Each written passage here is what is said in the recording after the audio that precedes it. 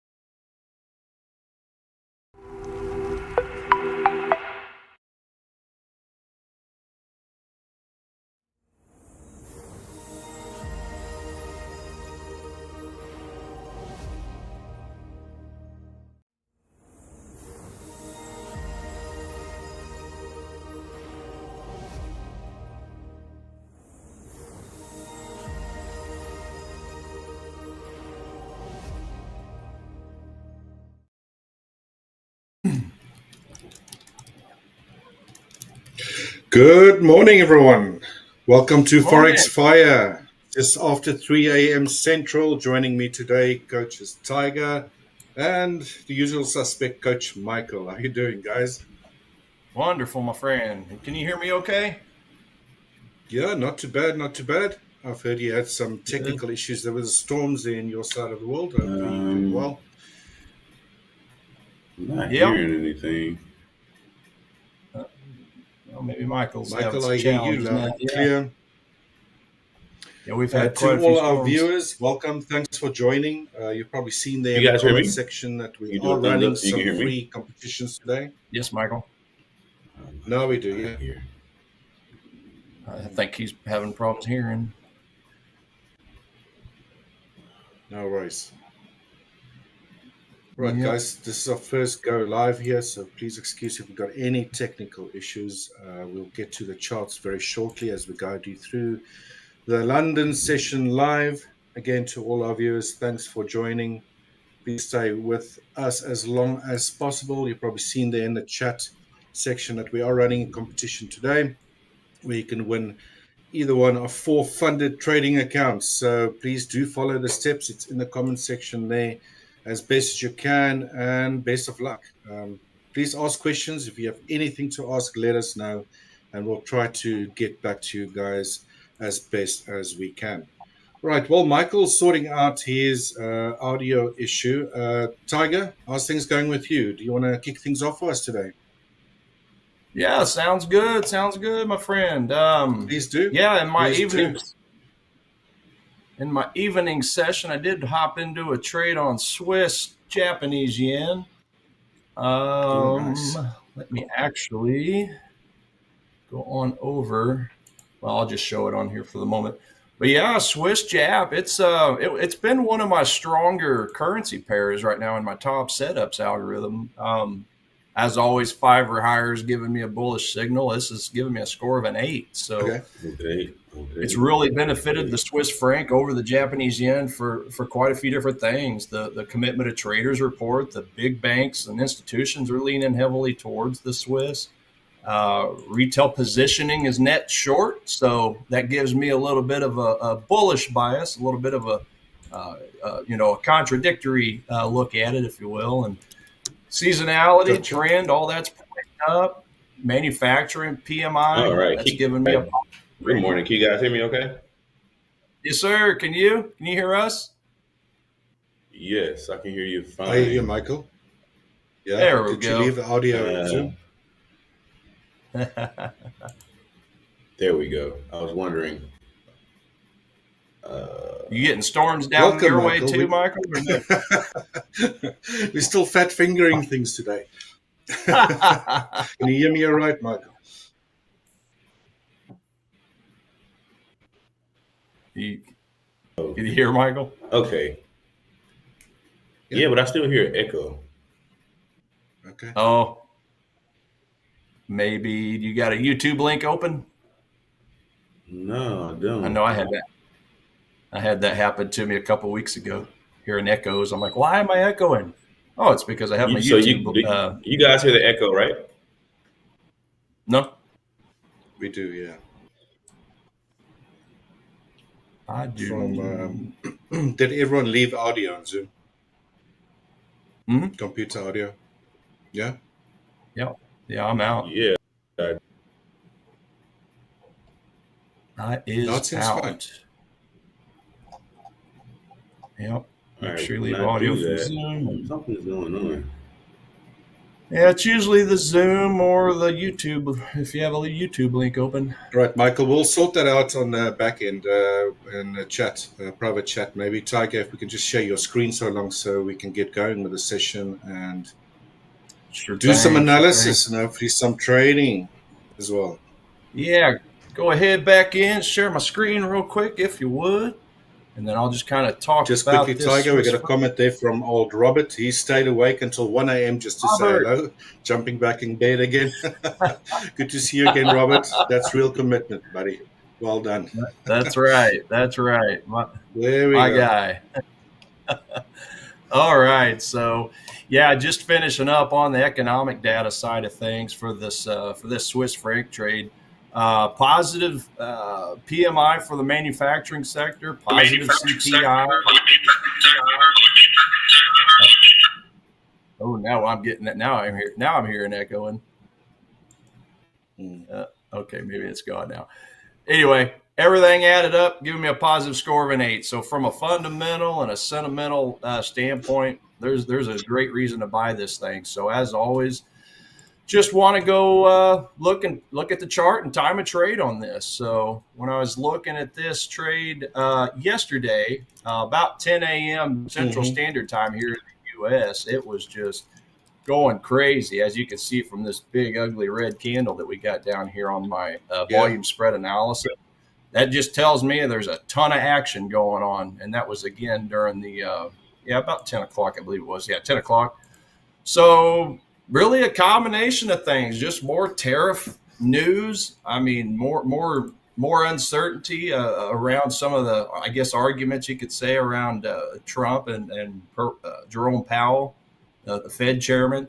So all that kind of spills that into the news, and not just this market, but a lot of markets. I know Daryl last night was telling me he was seeing the same thing on a couple of the futures markets he was looking at. But so many people just tend to buy the rumors instead of focusing more so on the hard data, and it just kind of throws markets into a frenzy. So classic example of it here.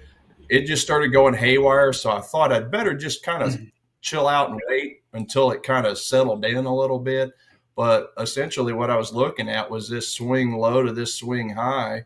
Obviously, price dipped into the 61.8 level, but for me, more importantly, it dipped into a 4-hour demand zone. So as always, demand zones, it's what they use for those unfilled orders. Catch unfilled orders here and then look for a price move up. So I didn't jump in immediately. As you guys know, that's kind of my new sleep schedule. What I did is waited till I woke up and noticed that price, after it did touch and after things did settle down, it did start that climb upward, which is what I was expecting out of that zone. But once it got up to this point, like I said, while I was on stream last night, I went ahead and got into a trade at that point. I had noticed that price had kind of went over this little top here. So I got into a more of a momentum type trade on the way up. And then overnight, it, of course, kind of dipped back down. But what I like is it dipped right back down into a 15-minute demand zone. So as you can see there, it just hit and just springboarded up. So it just goes to show the power of supply and demand zones. I mean, obviously, the higher the time frame, the better. As far as my personal taste, that was the 4-hour zone. But then we dipped down and then look at the 15-minute, same thing. Just came and wicked in perfectly, a little bit of volume spike, and it's on its way up. So that in its own would have been a great trade if you would have put a stop loss just below that. That's already moved about a 3-to-1 to this top. So, but again, I was looking at it on more of a long-term time frame because of the craziness. Sorry, I'm getting a severe weather alert. Let me turn my phone down so that it doesn't disturb. Is that an alert you get when the hurricane's on the way? Hopefully not. Well, we get the tornadoes, luxury of that here in Kansas. Ooh. But I think I'll be all right. We got a storm shelter underneath if I need to bail. But anyway. All right. So, yeah, I mean, trading BC there as well. Yeah, I'm going to have to set up a service in the storm shelter. I could do that. Nice and cool down there, too.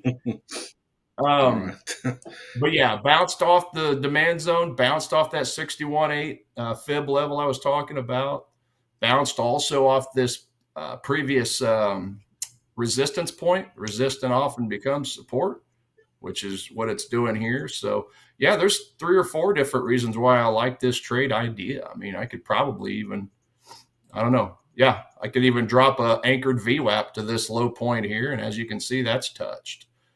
VWAP is a very, very strong tool, and you can be used a lot of different ways. I personally don't use like the regular generic VWAP. I like to anchor it to swing lows and swing highs like that. So as you can see, it just kind of, bounced off of it here, and then it's turning around and bouncing again. So yeah, that's 4 or 5 different odds enhancers in my favor there, not to mention the uptrend, Nice. the fundamentals, and the sentiment. It's just a bunch of puzzle pieces fitting perfect. So I'm taking this trade as more of a longer term trade. And let's see where I'm at here. I'm actually going to flip over here real quick. So yeah, this is where I'm currently at with the trade on my actual broker platform. I just, like I said, I put the stop loss below the swing low from yesterday, and then I've kind of mapped out a little bit of a 2-to-1. Once we get to this top here, then I'll bring my stop loss up, get me my free cup of coffee, and then it's off to the races.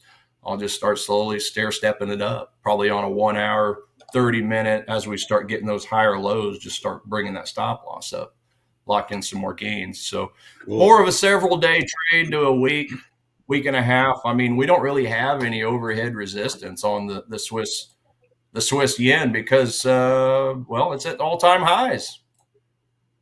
All-time highs. So, hopefully it goes to the moon, right? We'll see how it goes.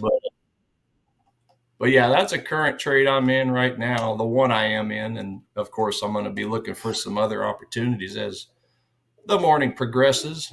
Go back on over here. Take a look at some of my alerts I have set. And I've had a few other ones trigger. So looks like dollar Swiss franc, that one's triggered. So the dollar Swiss franc is actually giving me a bearish bias with a score of negative. Ooh, it actually just changed on me. How about that? So it's now neutrals. So I'm going to ignore that one. Oh, wow. But, yeah, it literally just changed in the last 15 minutes. Yeah, I had it was set at -5, so something must have changed.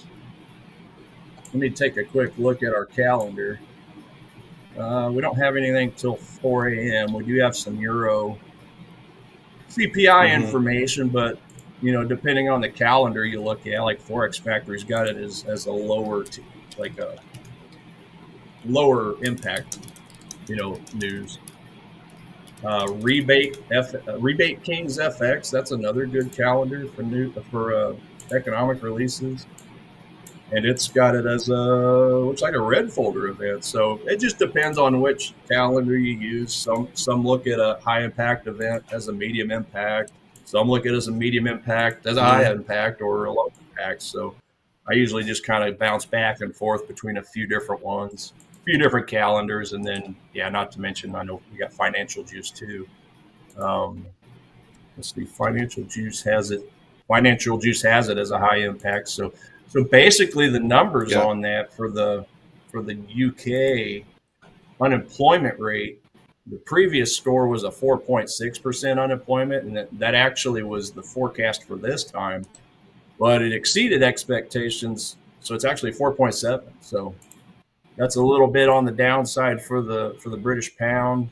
UK employment change, same thing. Previous number of 109,000 less unemployment claims, and it's actually a actual number of a negative 41,000 rather. Sorry. And then UK unemployment changed from 33,000 down to 25,000. So that's just a little bit about the 1 a.m. numbers that came out, 1 a.m. Central Standard Time. But other than that, we're right at the end of our session, guys, at 7:30 a.m. Central Time. We're going to have retail sales, core retail sales, and unemployment claims for the U.S. So that's really the main info that's coming out today as far as red folder events, again, depending on the calendar that you look at. But yeah, that's kind of where we stand. Let me see here. Dollar Swiss franc, Swiss Jap. I do have I need to actually add in a couple more things on my list over here real quick. NASDAQ's giving me a score of a 10, so that's really my highest bullish item I've got on my top setup. So taking a look over here at NASDAQ. Got another question here quickly, Coach Tiger. Yes, sir. From FX Note, are you going to look at the pound yen for us as well? Maybe just give that score or your opinion of what you think might be happening. Sure thing. Once you're done with your analysis, obviously. Yeah. Yeah, I can just jump to it right now. Actually, I can come back to NASI. Pound yen. So as always, ladies and gentlemen in the chat, first things first, I always look at the economics first. So pound yen has given me a neutral score. So it's really not one that I'd be looking to touch at the moment. It's given me a perfect 0 score, which just means neutral. Neutral score. But as far as the technical side of things, yeah, we'll take a look over here at the pound yen. Let's flip on over here. Pound yen. While you just do that, load that chart, Tiger, we got a lot of questions here about the gold charts. I will be doing a deep dive for you guys on gold. Let's just have Coach Tiger finish his analysis, and I'll switch over to that. Michael will also be coming up in about 6 minutes with the economic news. So, guys, just hang tight. We just want to get through the analysis side first, give everyone a good chance to do that. And I'll definitely do a deep dive on gold for you. All right. Perfect. Back to you, Coach Tiger. Coach Tigre. Coach Tiger. Tigre. Call me anything but late for supper. Okay, so pound yen. Yeah, what's up, you Michael? speak a decent amount of Spanish, huh? Sí, por supuesto. Yo trato, pero estoy muy despacio. Entiendo. I try, but I'm very slow. That's what I was saying. Pound yen, I mean, it's been quite sideways for a while when you're looking at it on a weekly time frame. I mean, if I even look at that on monthly. So this orange box that you guys see, that's what's called a contraction box. And that's by way of what's called the master pattern. So the master pattern is simply an actionable derivative of accumulation distribution model. So the Wyckoff theory. So if we're looking at that on the highest time, it's just been in, overall in kind of a sideways, just a contraction point, a congestion area. So essentially when I see those on a higher time frame, I just want to see which direction it leaves that box. Whichever direction it leaves, that tells me that it should continue in that trend, at least for a while. I mean, if we look at this former contraction box way back here in 2017, it left that box and continued upward for a few months. Same thing for this major contraction box here, this light blue one. I mean, when it left, it just left for the next month, but it went quite a ways. We're talking, 6,000 pips, something like that. So I just use this as kind of an overall gauge to see, well, when price leaves the congestion area, let's just follow that trend for a while. So I just kind of start stair-stepping down, looking at it on a weekly. And at this point, it obviously goes sideways as well. Just kind of peaks out on this one here, but returns to the middle. That middle line you see is kind of a magnet.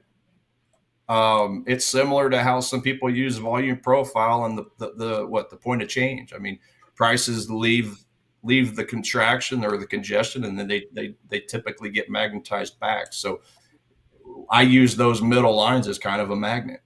And they're used for dynamic support and resistance lines as well. So yeah, I mean, essentially what happens is price leaves a zone or leaves a contraction, collects liquidity underneath, big banks push it back in. Same thing here, leaves the contraction box, collects liquidity, big banks push it back. So you basically, essentially what happens is you get a lot of contraction legs on either side of it. And then at some point, it's going to start to trend. So the trend phase is where we want to actually be in to collect, while it's on its way up or on its way down. So on a daily time frame, going down to the contraction box, I mean, this thing's just been going straight up from the most recent one. So typically, the further away from the contraction box you get, the less certain you are to. Well, I should say, the less probable it is to catch that trend, because as you can see, it's already been trending pretty high from the exit of this box. So on the way up, I like to look at demand zones, especially if it's in a bullish trend like this. And I have a tool for that as well, MTF SD order box. Tiger? So it just kind of, yes, sir. Sorry for the interruption. I just got to give a quick news announcement coming up in 2 minutes. We've got Michael with the news. We'll definitely be back after that. Generally takes about 3, 4, 5 minutes, depending on how, you know, heavy the economic calendar is and what Michael's got to tell us. So we got to just quickly leave. We'll be back with the charts. Tiger will finish things up. And as I promised, I'll have a deep dive for you guys ready on gold as well.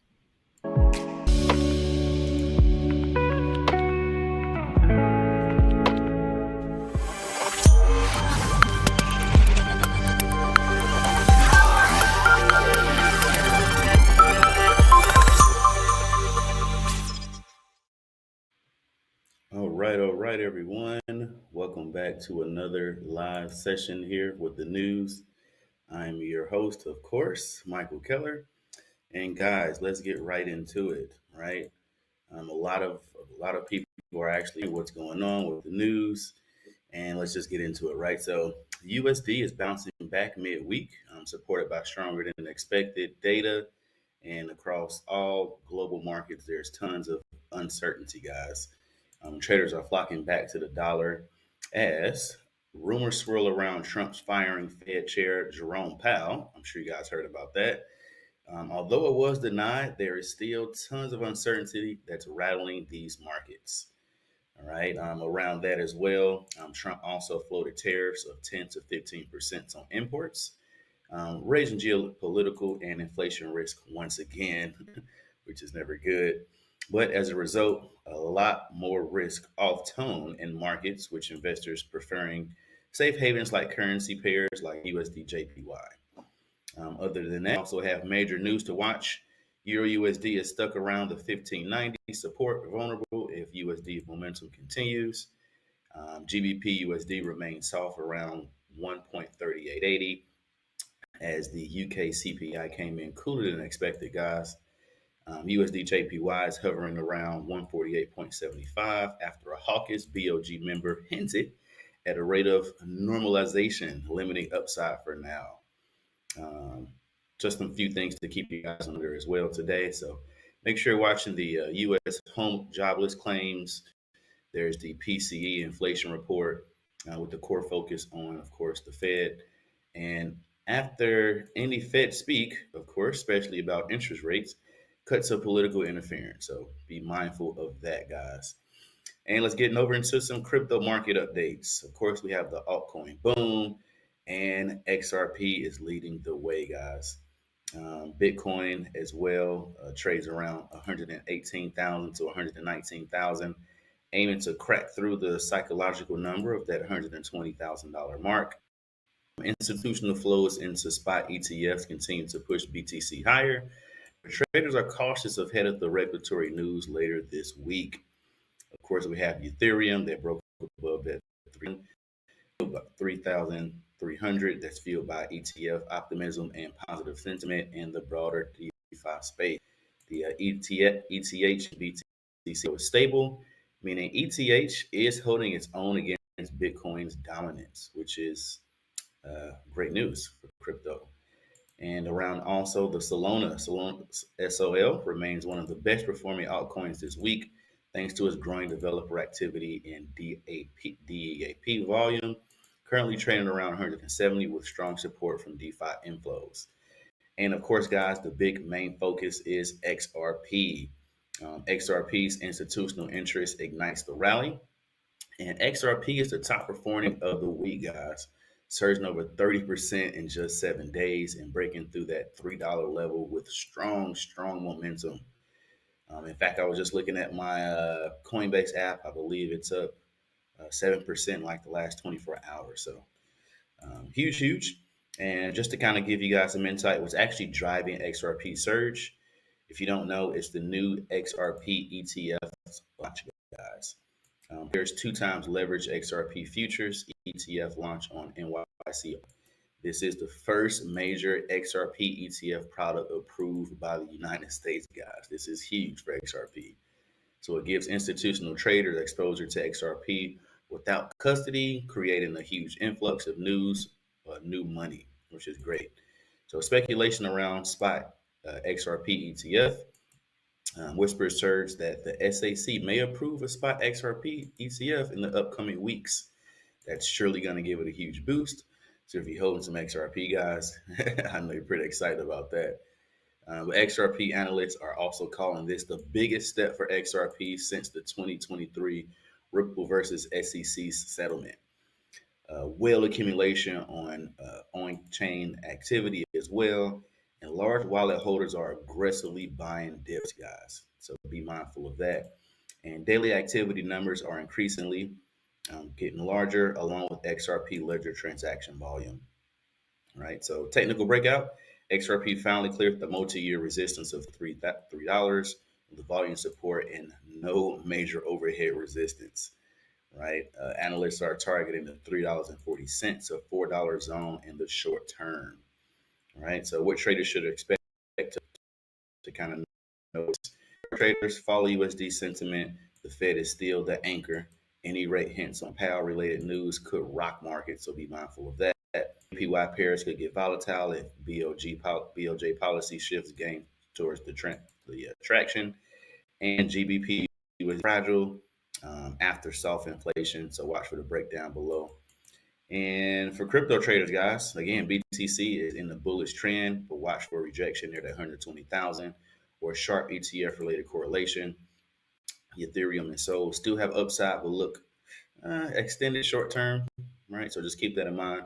And then actually, it's the trade of the week, of course, guys. Momentum, fundamentals, and sentiment are all aligned. So just watch for profit taking near psychological level, $3 events. And that's pretty much it, guys. Final words. Forex markets are entitled to entering like a really critical phase of uncertainty here, guys, driven by the U.S. policy, politics, Fred credibility, and macro. And the USD remains king for now, guys. So experiencing a mini altcoin season with XRP as the standout due to its institutional push and ETF catalyst. So stay nimble, manage your risk, guys, and let the fundamentals guide your entries. Other than that, that is all for your update today, guys. Back to you.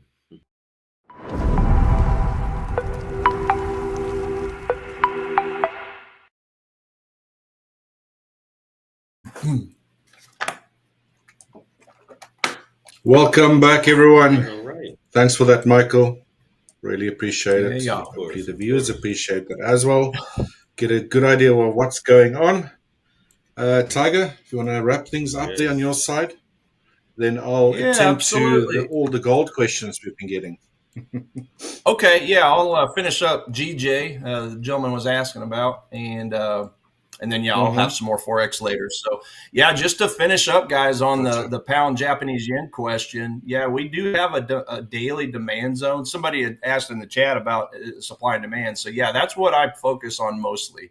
I look for those unfilled orders that are left behind, and I try to capitalize when price returns to push price back in the direction. So really strong. It's really strong on all the time frames, especially the higher ones. So that's why I like to look at the daily as far as the first, spot for demand zones. So when I look at the pound Jap, again, this is just from a technical aspect. So again, for me personally, fundamentals aren't really giving me a positive bullish signal yet, but it could change. I mean, it's very dynamic. So just looking at it on the technical side of things, we do have a daily demand zone a little further down at the 197.90 level. But what I like to see, what I like to find is another demand zone within. So if I go down to a 4 hour, then you guys see I've got another demand zone here inside of that daily. So the yellow rectangle is my daily demand zone, and then the green one on the inside is my 4 hours. So again, basing action, and then price just goes screaming to the upside on there. So for pound Jap, if you're looking to try to get into a trade on a little bit longer time frame, I mean, the best option would be something like this. Come down to that zone, buy to the long side, and look for your take profit up in this area, and you've really got a couple options. I mean, you can take your stop loss. Always have a stop loss. It's one of the most important things ever, guys and gals. I promise you, it'll save your accounts. So, stop loss option A would just be to put it below that 4 hour demand zone. Or if you wanted to incorporate the daily demand zone, you could put it down there. So That's really the two easiest ways to look at putting in your stop loss. But, for me, I like to see when price does come in, I want to find a bullish engulfing candle coming out of that zone. So, whether it's a bullish engulfing candle or just like a big candle with a wick on the bottom, I'd like to see follow up the candle right before with a volume spike, with a volume spread analysis bar, whether that's a yellow bar down here or a red bar like that one. That's really just a spot A setup for me. But yeah, that's what I call the trigger candle. So in other words, I'm not setting limit orders. Okay, as much as I trust supply and demand zones, I still want it to prove itself, prove its loyalty to me. So that's why I try to get a good bullish candle coming out of that, again with volume. And then there's even some other ways of looking for confluence. Right. I mean, on this one particular, I could probably drop so I could drop that anchored VWAP line, and if it's coming down and getting touched as well, that's just extra confluence. I love to see it. If I could find my little drawing tool, as price continues, it's going to just continue moving along like that. So if I get price coming down, it touches my demand zone, it touches my VWAP line, which is kind of a dynamic support resistance. And then again, I get that bullish candle to the upside with volume. I know that's a mouthful, but it's just a recipe for success. So I start from the higher time frames, but then if I don't see anything, I just start going down to the smaller time frames. So again, it really works on any time frame. That's the beautiful thing about supply and demand. So hopefully that kind of answers that question there. But as always, just make sure you got a stop loss in there. Keep it safe. So that's pretty well it Nice on that. stuff. Did you want to touch on the gold? Yeah, we'll do that momentarily. We've had that question about the pound yen. I mean, what do the viewers think? What's your thoughts on that? I do know that we have a few traders in here, so maybe let us know your thoughts, guys. Break it down for us. Post it there in the comments. And then why not? We'll probably give away a 25K account there for you guys for the top comment. That is handled by the back end Nice. while we do analysis. So jump in that chat. Let us know if you're an FX trader and what you think the pound yen might be doing over the coming days, weeks, or potentially even months. Right, if I could switch back to my screen, I'll quickly, or not quickly, I'm going to take a deep dive, as I mentioned, on gold and show you guys what I've got there. And yeah, so I can just share my screen quick. There we go. All right, so XAU USD gold, right? Clearly up until April the 22nd, gold was flying upwards very, very strongly, right? In a very strong bullish trend. Then we start moving sideways. What I'm currently thinking here is that we still within a corrective structure, or goldish, should we say, not us. And I'm thinking it might be towards the end of a very large triangular pattern. Almost minced my words there. So what do I mean by that? You get three types of, what should I say? Yeah, three types of triangle patterns. You get your symmetrical triangle patterns. Just want to do a quick graphic for you. So let's say in a bullish scenario like we've had here on gold, price comes into a high, then you have 5 internal waves. 1, 2, 3, 4, 5, and then you get a breakout. All right. You can also get an ascending triangle where the top part is horizontal or have relative highs, where the lower part of the triangle still has higher lows, right? But still 5 internal waves. Then you get a descending triangle. It's part of the family of the ascending triangle, so that's why I'm not counting it as an additional type. But it will look something like this, and instead of a breakout to the upside, oops, that breakout should be doing that. So and this should be doing that. So we have a move downwards, and we have an A, B, C, D, sorry, E. I'm not drawing that right at the moment. Another E wave, and then we have a decline, right? So that is an ascending, a descending, and a symmetrical triangle. Then we also get, let me just maybe get rid of all of that, what we call a megaphone pattern or an expanding triangle. In that case, a very volatile type of pattern. And instead of contracting from left to right, it expands from left to right. So let's say in a bullish scenario, you've got price moving into a high. Again, they all have 5 waves, all right? So then we'll have an A, a B, a C, a D, and an E. Now, each internal wave expands above the previous high, and then you get a breakout. This is just a bullish version of that. Now, to get back to what gold is doing here, what I'm thinking it's doing, and guys, you can always be wrong about things, right? So this is just a framework of my expectation of what gold is doing, all right? For me personally, I do not really want to be trading gold right now until this pattern has concluded. Because when you're dealing with, when you think you're dealing, should I say, because you can always be proved wrong with a triangle, you'll generally not know that or have a high confidence of when that pattern is actually underway until your D wave has been confirmed. And then you get a decline, expecting your E wave. Then you can use like fib levels to figure out where the E wave might end and then get a move to the upside. Right? I don't think there's a good chance that this D wave might be in. Right? And it'll be moving down in this E wave now. But that E wave could extend lower. And then we get a breakout to the upside.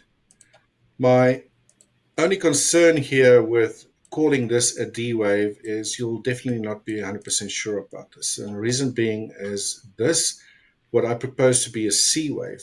I think the A wave was definitely in. I think the B wave was definitely in.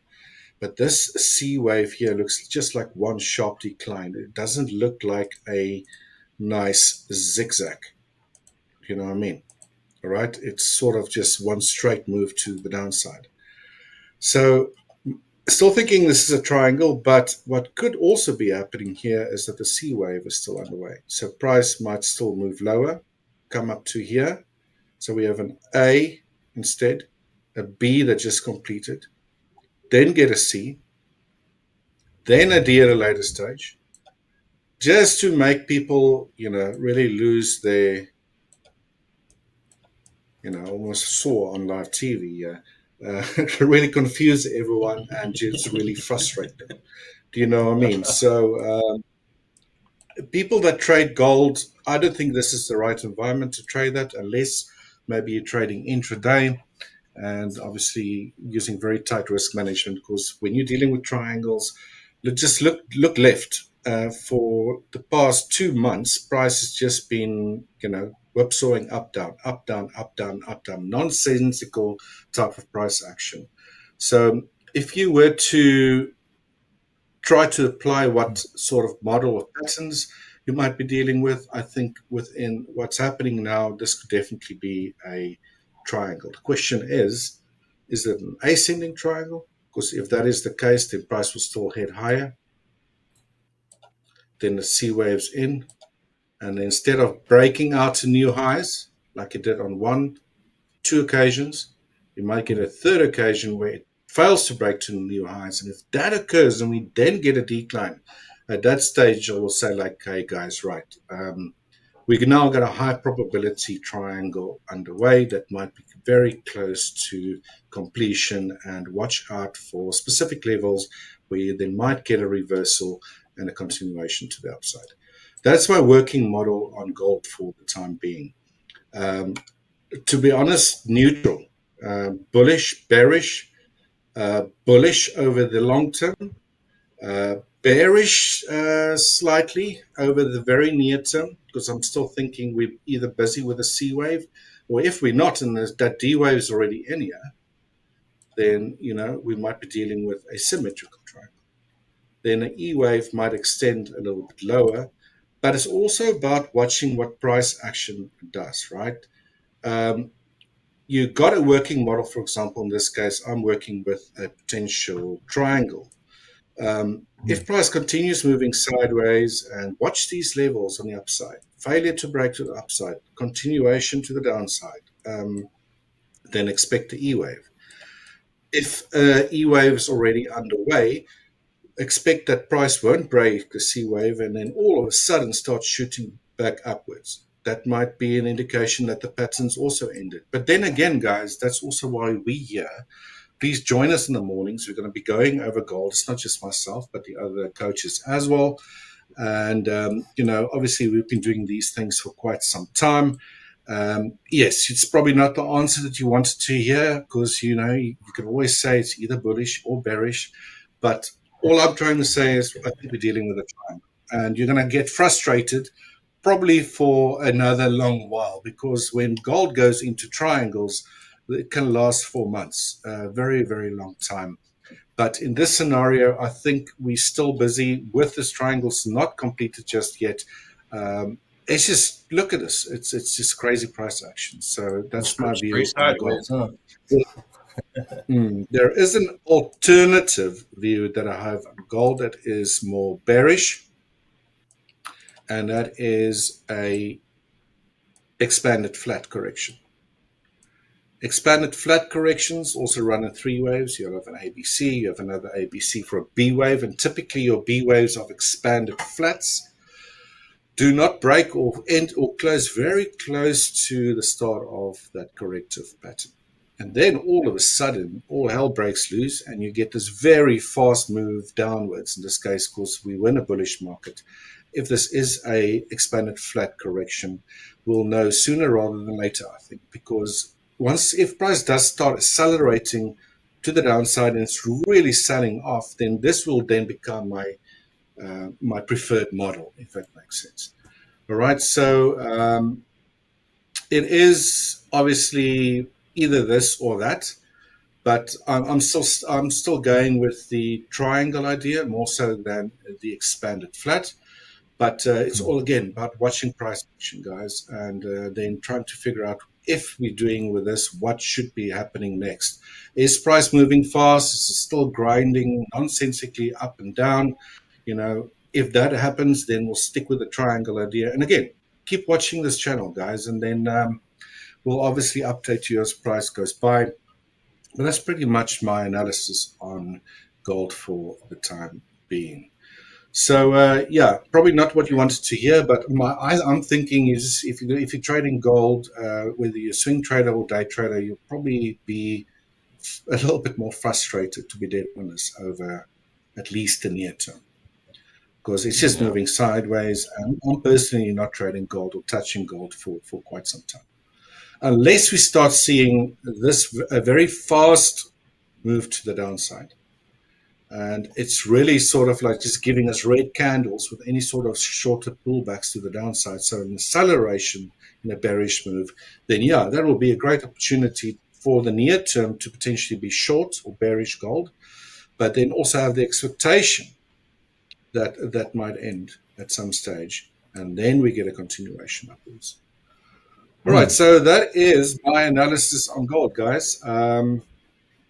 What do you guys think about that? Do we have any of you guys in the chat that have a different view on gold? It's perfectly fine to have one. That's just my opinion, right? We always have an opinion. I at least like to have two different opinions, a plan A and a plan B.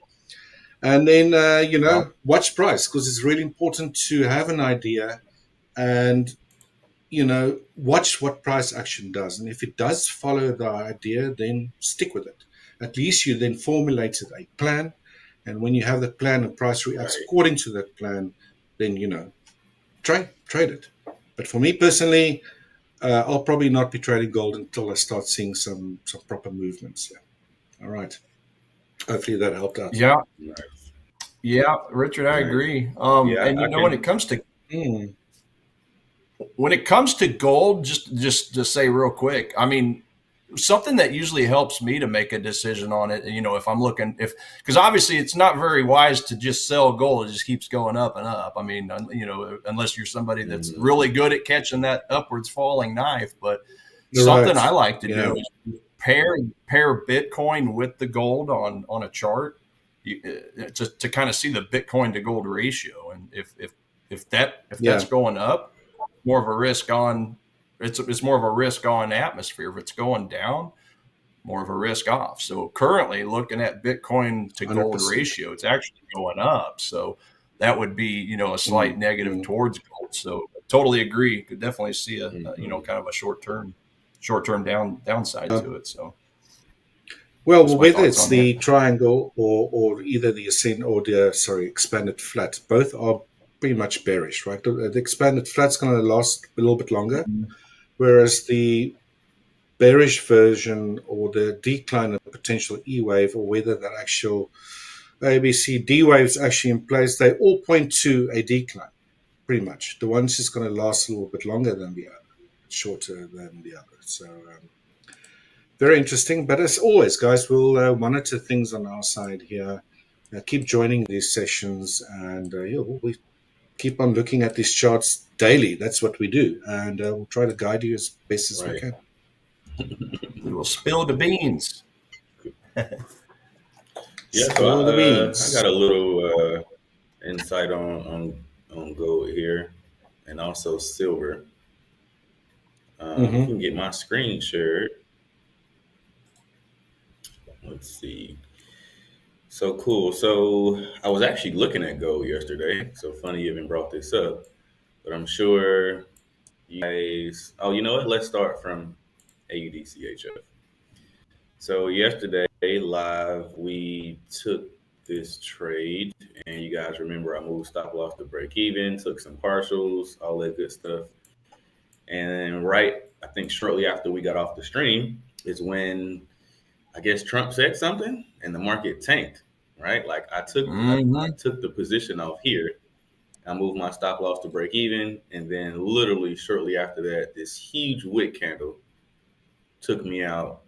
So I didn't get the rest of the move, right? So that quarter that I took off, one stops to break even.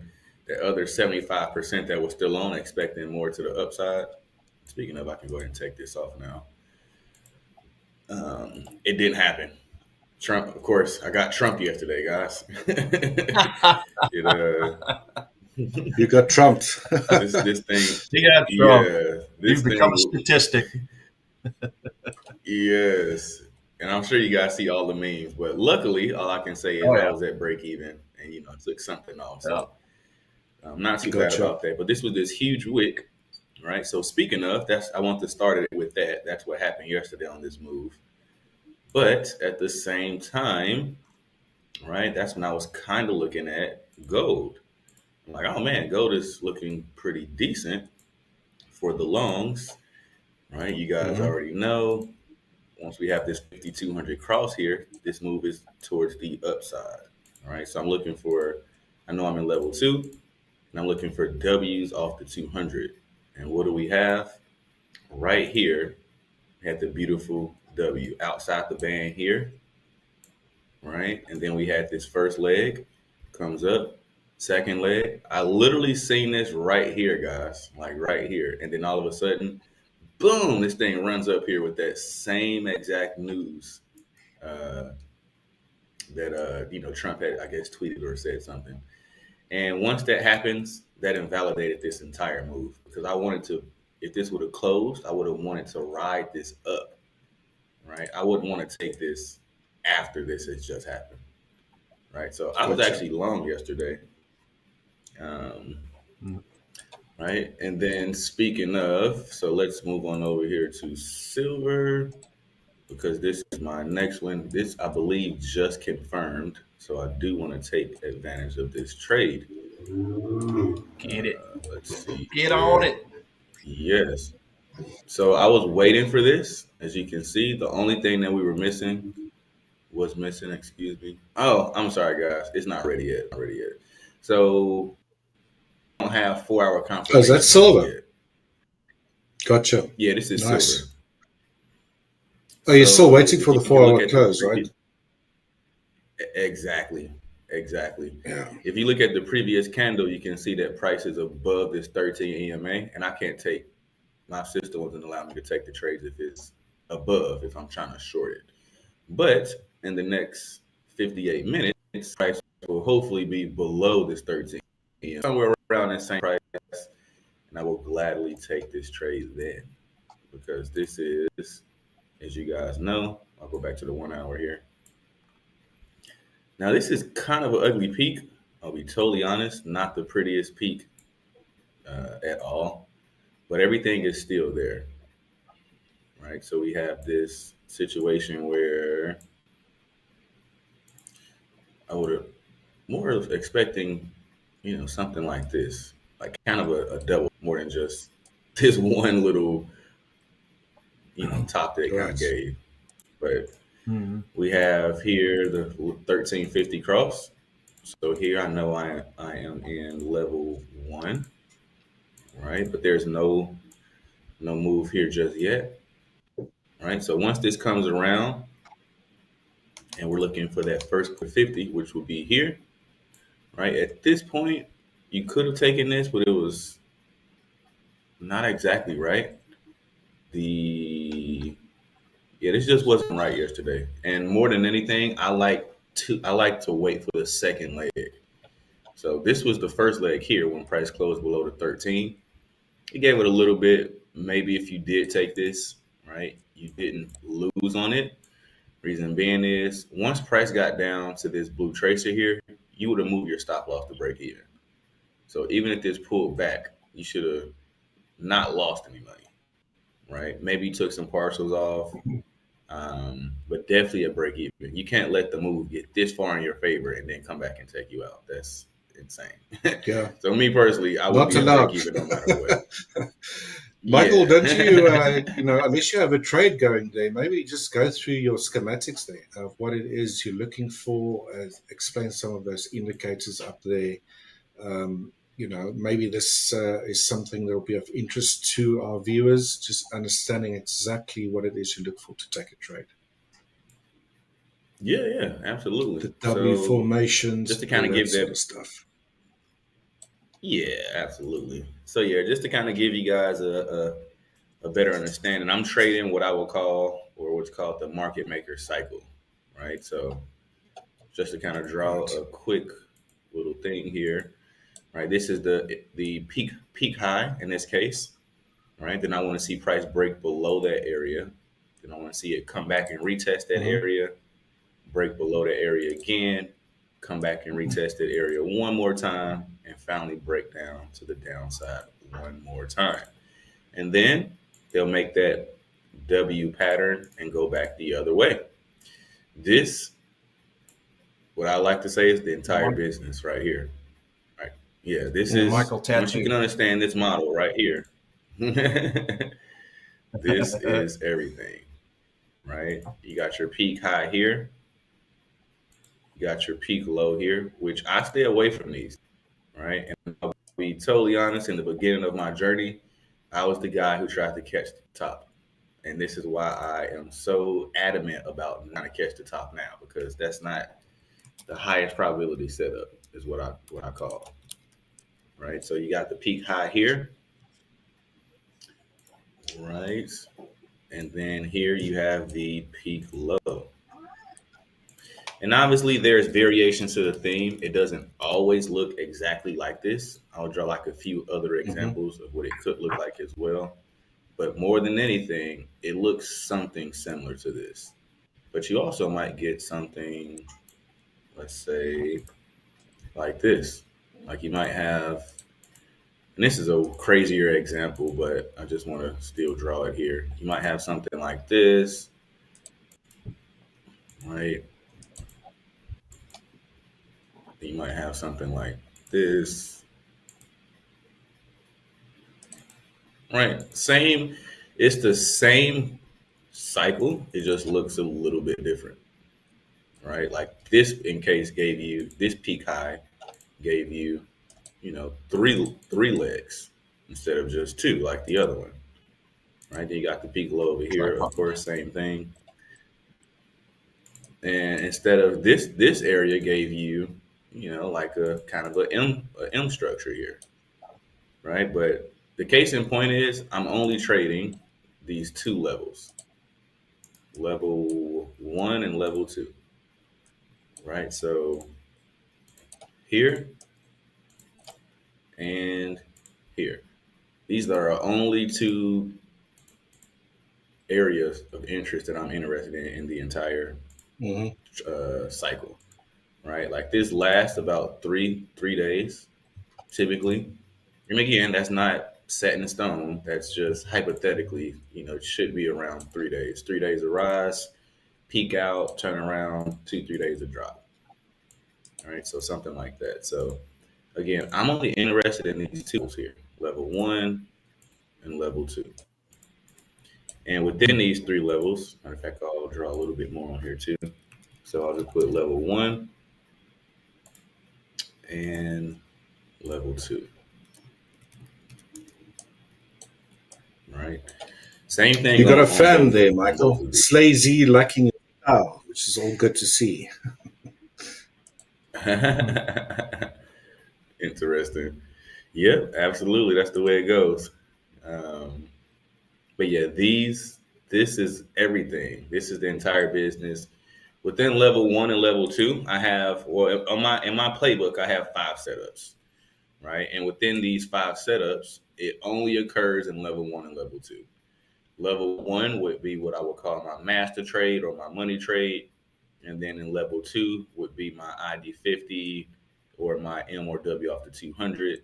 And then I have one last one, which is a combo trade, which can happen in either level, right? But in short, this is a lot of people can how they would trade, or I would say support and resistance or break and retest, right? Like the Hmm. level of what you're in when you try to trade those matters a lot, right? Because one could argue that this is simply just a break and retest, right? It broke this area Hmm. here, it pulled back, retested this zone, and that support, that resistance became support, or however you want to say it, right? All of that is kind of encompassed in this entire cycle, right? But the money's made in the middle, in my opinion. And I just want to Meet in the exploit middle. these moves. So, mhm. So when I come to the charts, that's my exact thing that I'm pretty much looking for, right? Is I want to know where am I in a cycle? Awesome. Am I in peak high? I'm not interested. If I'm in peak low, I'm not interested. If I'm in level 1, okay, let's see where we are on level 1. If we're in level 2, okay, let's see where we are on level 2. And it's kind of like I'm Hmm. sifting through and filtering through exactly what I need to see to convince me to take this trade, right? So with this Gotcha. diagram drawn up, you can kind of see, I'll just kind of point it. So I see this same model here, right? We got this peak high here, right? Maybe we can just scoot this up just a little bit, right? So that's the peak high there. Then we have level 1, right? Now level 2, and typically, oh, you know what? I'll go ahead and draw this on here like this as well. So what I'll do is I'll put 1350 cross, right? Because what's happening here is the blue is the 50 EMA, and then the red is the 13 EMA. So I'm looking for that 1350 cross. That lets me know that I'm in level 1. Whoops, level 1. And then in level 1, I'm looking for a bounce. Man, I can't spell today. Bounce off the, okay, clearly I can't spell bounce off the 50. All right, so this is what I'm looking for in level 1 in essence, right? So with this model in mind that we're looking at, just keep in mind, as soon as the 1350 cross, I'm looking for price to kind of run down a little bit. I don't want it to touch the 200 because what's happening is I want to be on the ride when it goes towards the 200. If it And I want to be on the ride the very first time that price touches the 200. I don't want it to come down, touch the 200, come back, touch the 50, and then go back to the 200. Hmm. Can that happen? Of course it can, but the odds of that happening is much slimmer. I wanted to run I was doing now, not touch the 200, pull back to the 50, right? Activate those orders. And then when it runs down towards close below this 13 EMA, which is again the red one, and then run towards the 200. I want to be on that initial ride towards the 200. Mm-hmm. Right. So something that would invalidate this setup is if, let's say, if this wick or if we would have had some body touch this 200, I would no longer be interested in this trade. But that's not the case. Right. So just to give it a little bit more context, once this 1350 runs, I'm looking for that first pullback to the 50. This technically is the very first pullback, but again, as I mentioned, I don't like to take the first close. I want to take the second one. And this is actually a great example of the reason I like to take the second one is because they do this a lot. Where they'll close, tease you a little bit, then come back and retest this area like they're doing now with this leg over here, close again, Right. and then they'll run. I want to be on that side of the coin. Right. I used to take this first one, and sure enough, this will happen. And I'm like, man, like they keep coming Such a back, or tease. like, yes. It happens. And then I finally figured out. I Just said, reload. Mike, you should just take the second leg. Don't take the first leg. Just take the second one. And of course, there's times where it just hits, the first leg, and then it runs. And unfortunately, I just miss out on that move. Right, like when it happens, yes. Does it suck? Of course it sucks. But I'm waiting for the second move. They don't have to make a second move. They just do a lot of the time, and I would much rather take that move than the first one. All right. Awesome. So the first one was interesting in that, but once this second one comes back, how this is now I'm interested. We're literally 46 minutes away from taking this trade. Right. Nice. The real only live thing execution. You are on the clock. The only thing we're missing is that confirmation, right? Because what could happen is this could, in the next 46 minutes, this could easily price could run all the way back up here and close above, and then it invalidates the entire trade, right? Because you don't want to get into trades, for me at least, if price is not on the correct side of the 13 EMA on the 4-hour chart. Mm-hmm. Right. Got to follow your rules. This is why we're waiting. You got to. Yep. You got to, because I can almost guarantee without a shadow of a doubt, if I were to jump into this trade early without 4-hour confirmation, this will end up being a green candle all the way up. You'll have to pay the price. Yeah, that's right. They're watching you. They're watching you. Well, thanks, Michael. Let's hope it sets up so we can actually take a trade there. Can we just spend a little bit of time here on the chat box? We've got quite a lot of questions coming in here.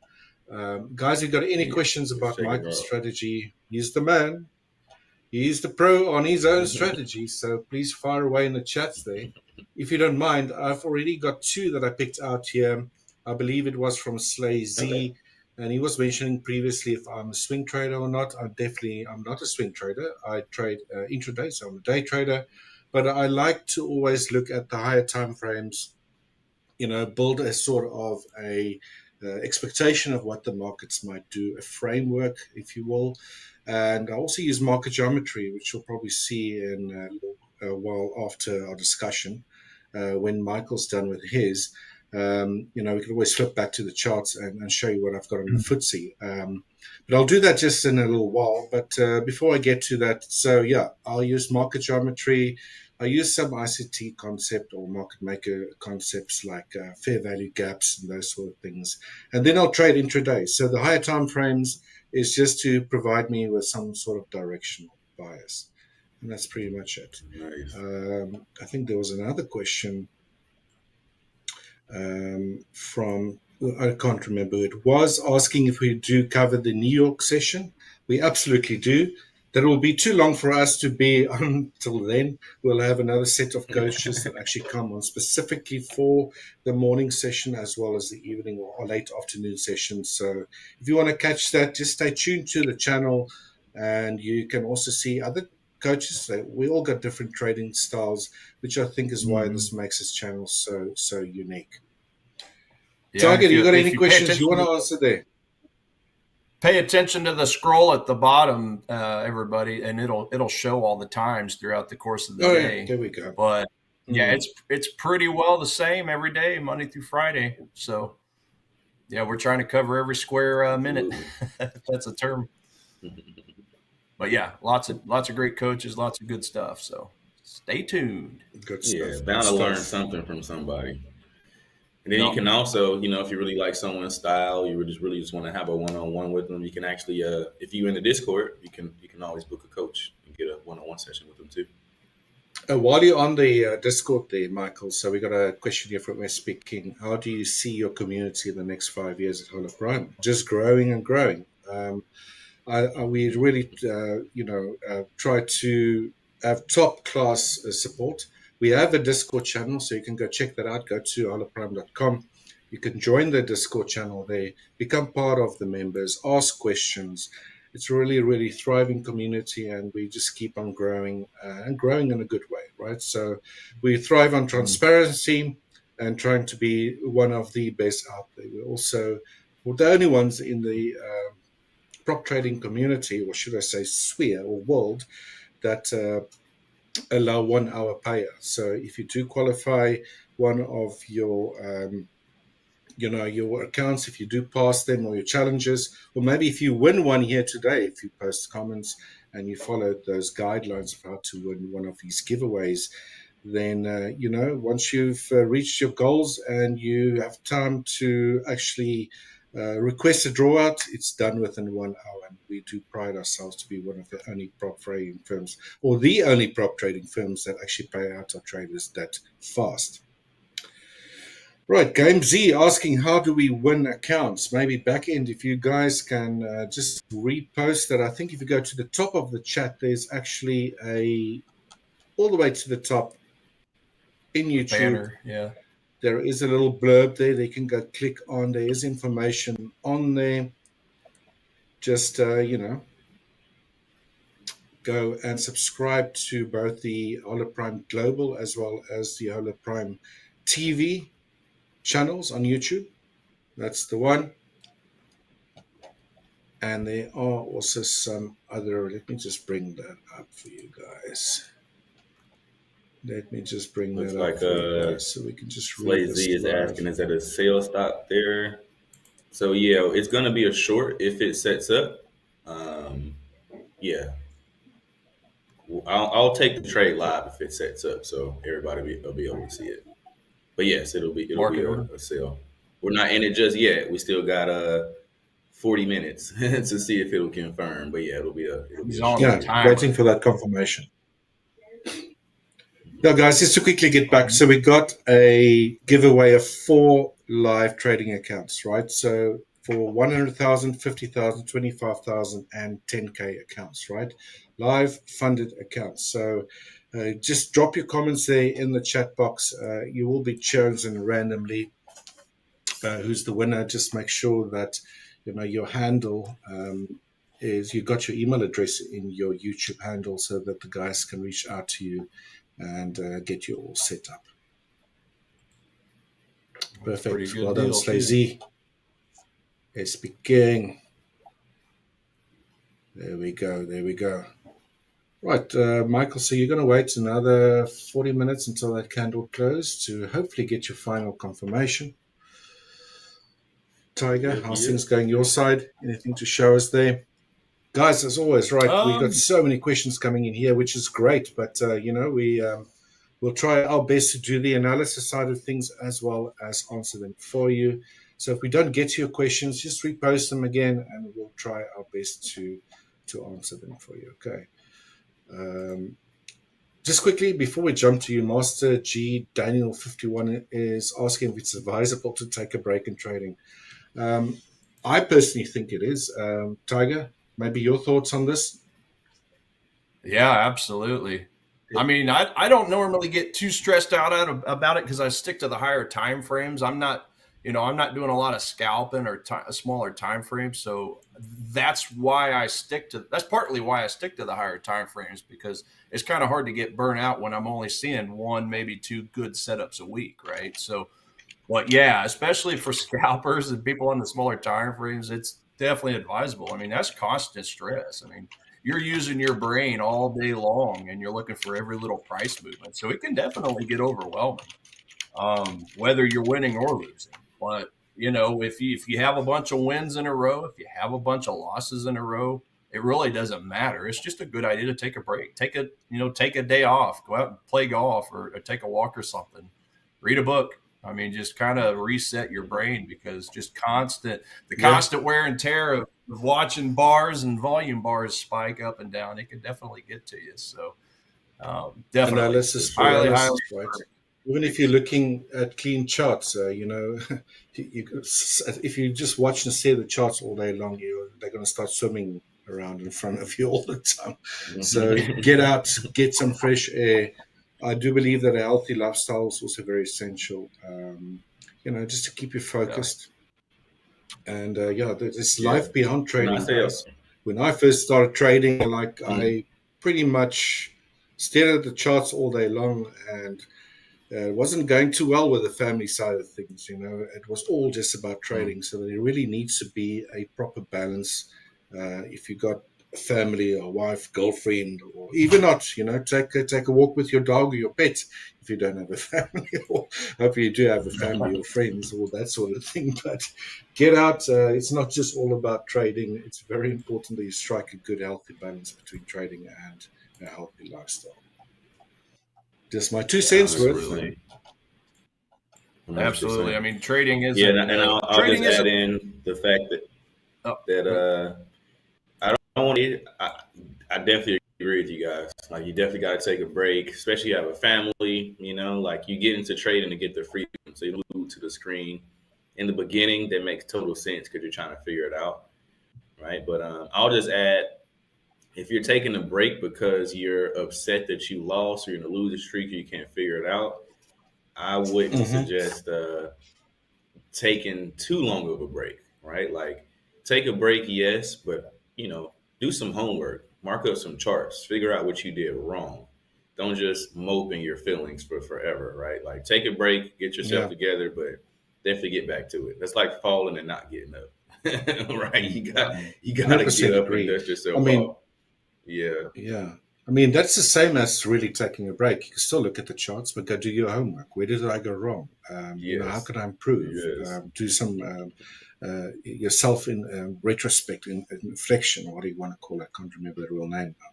But that's also taking a break. It's just taking a break from actually executing trades, especially if it's going bad, and you're losing money out of the fist. So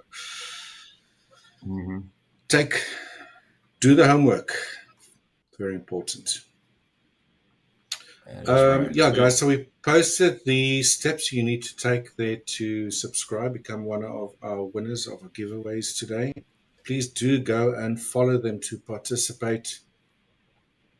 And the winners will be picked live. We just got mention of that. That's awesome. Nice. And just lastly, I've had another quick question here before we jump back into the charts. Again, it was from...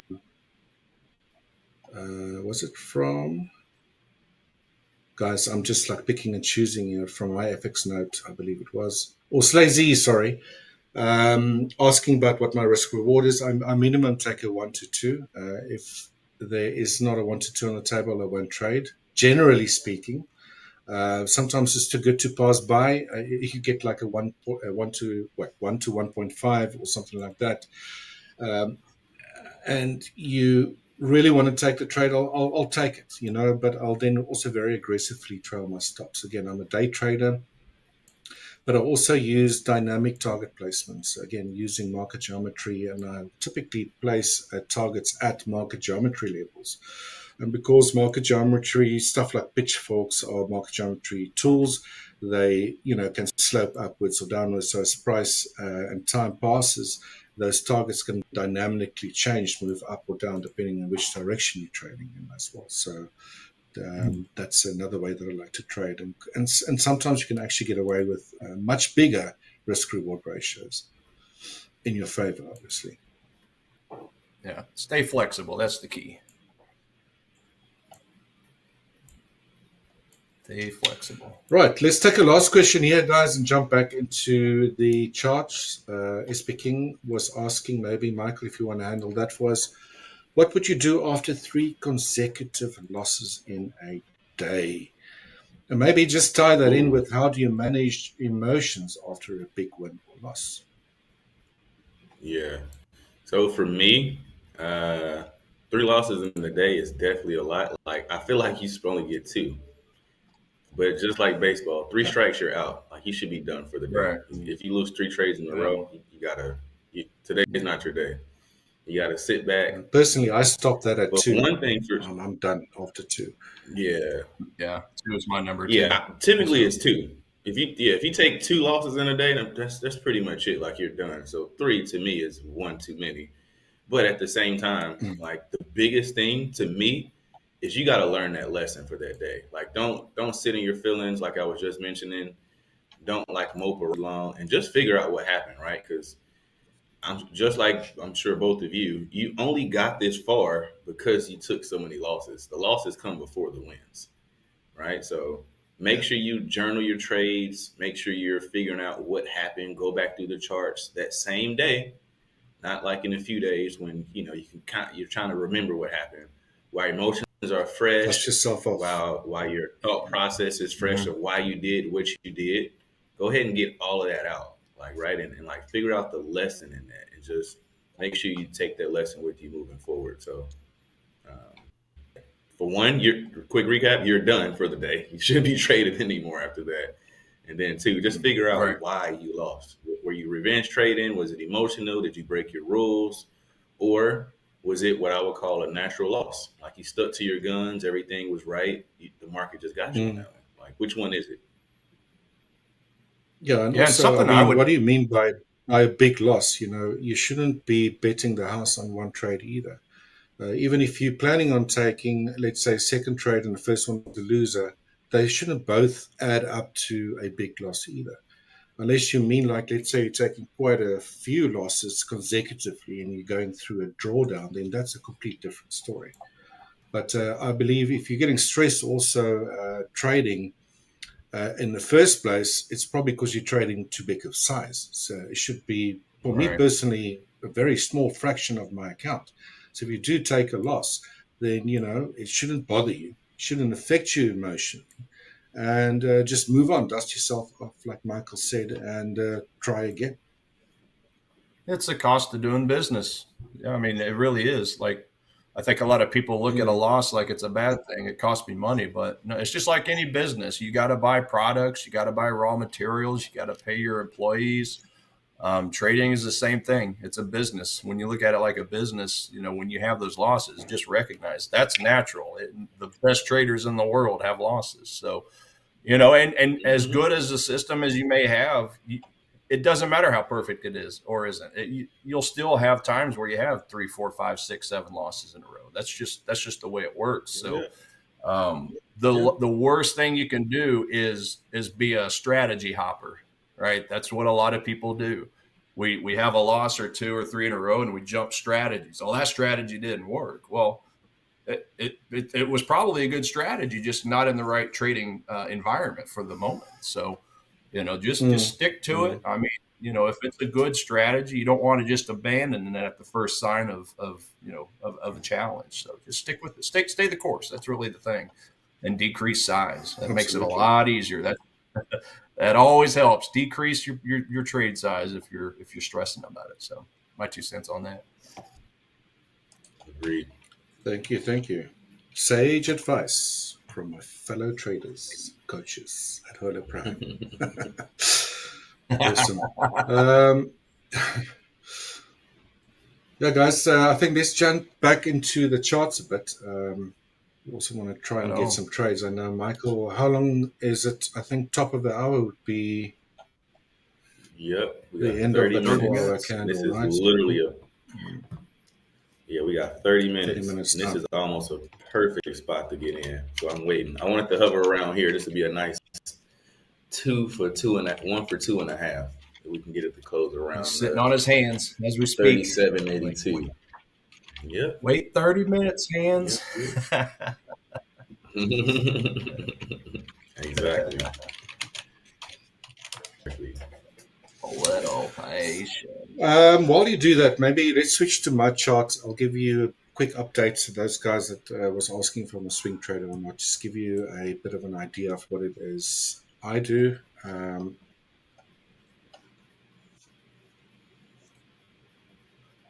And yeah, for example, here we got the FTSE, the UK 100, right, which is offered at Hola Prime to trade. It is an index in the UK, obviously quite active during the London session. And we actually traded this live yesterday, and me and Coach Tiger were also looking at a very specific area where we expect price to gravitate towards and potentially take a very nice long. Now, yes, I am a day trader. The framework that I've drawn on the chart here does incorporate some Elliott wave analysis. You'll see that I also have these pitchforks on my chart here. That's the market geometry side of things. And quite often, if you use in combination market geometry, Elliott wave analysis, it can give you a really good idea of where you are within a sequence of events, i.e., are you in a trending environment or are you in a corrective environment? And where those corrections, or let's say those trends might end, or these specific waves or these internal phases, market geometry can provide you with that framework, supplying you with support or resistance. And when you do get corrections, in this case, clearly price is in an uptrend. And guys, I'm not going all the way back here to when the FTSE started this hell of a move to the upside, similar to what the NASDAQ and the ES and all the other indices have been doing. I'm more focused on the, let's say, the current sequence of events in from this move from the downside. That ended here around about the 22nd of June. Reason being is because this is the next move higher after a considerable correction that occurred prior to that, right? Once that correction ended, a new move started to the upside. Price clearly broke to new highs. So I would then use market geometry to track that movement to the upside, use a bit of Elliott wave analysis to try to figure out where I am in the sequence of that uptrend, when that trend might be coming to an end, and then use that framework to switch to smaller time frames. Get into trades according to what my higher time frame bias or my framework is trying to tell me. Give you a quick rundown here. Let's just get rid of this upper pitchfork here.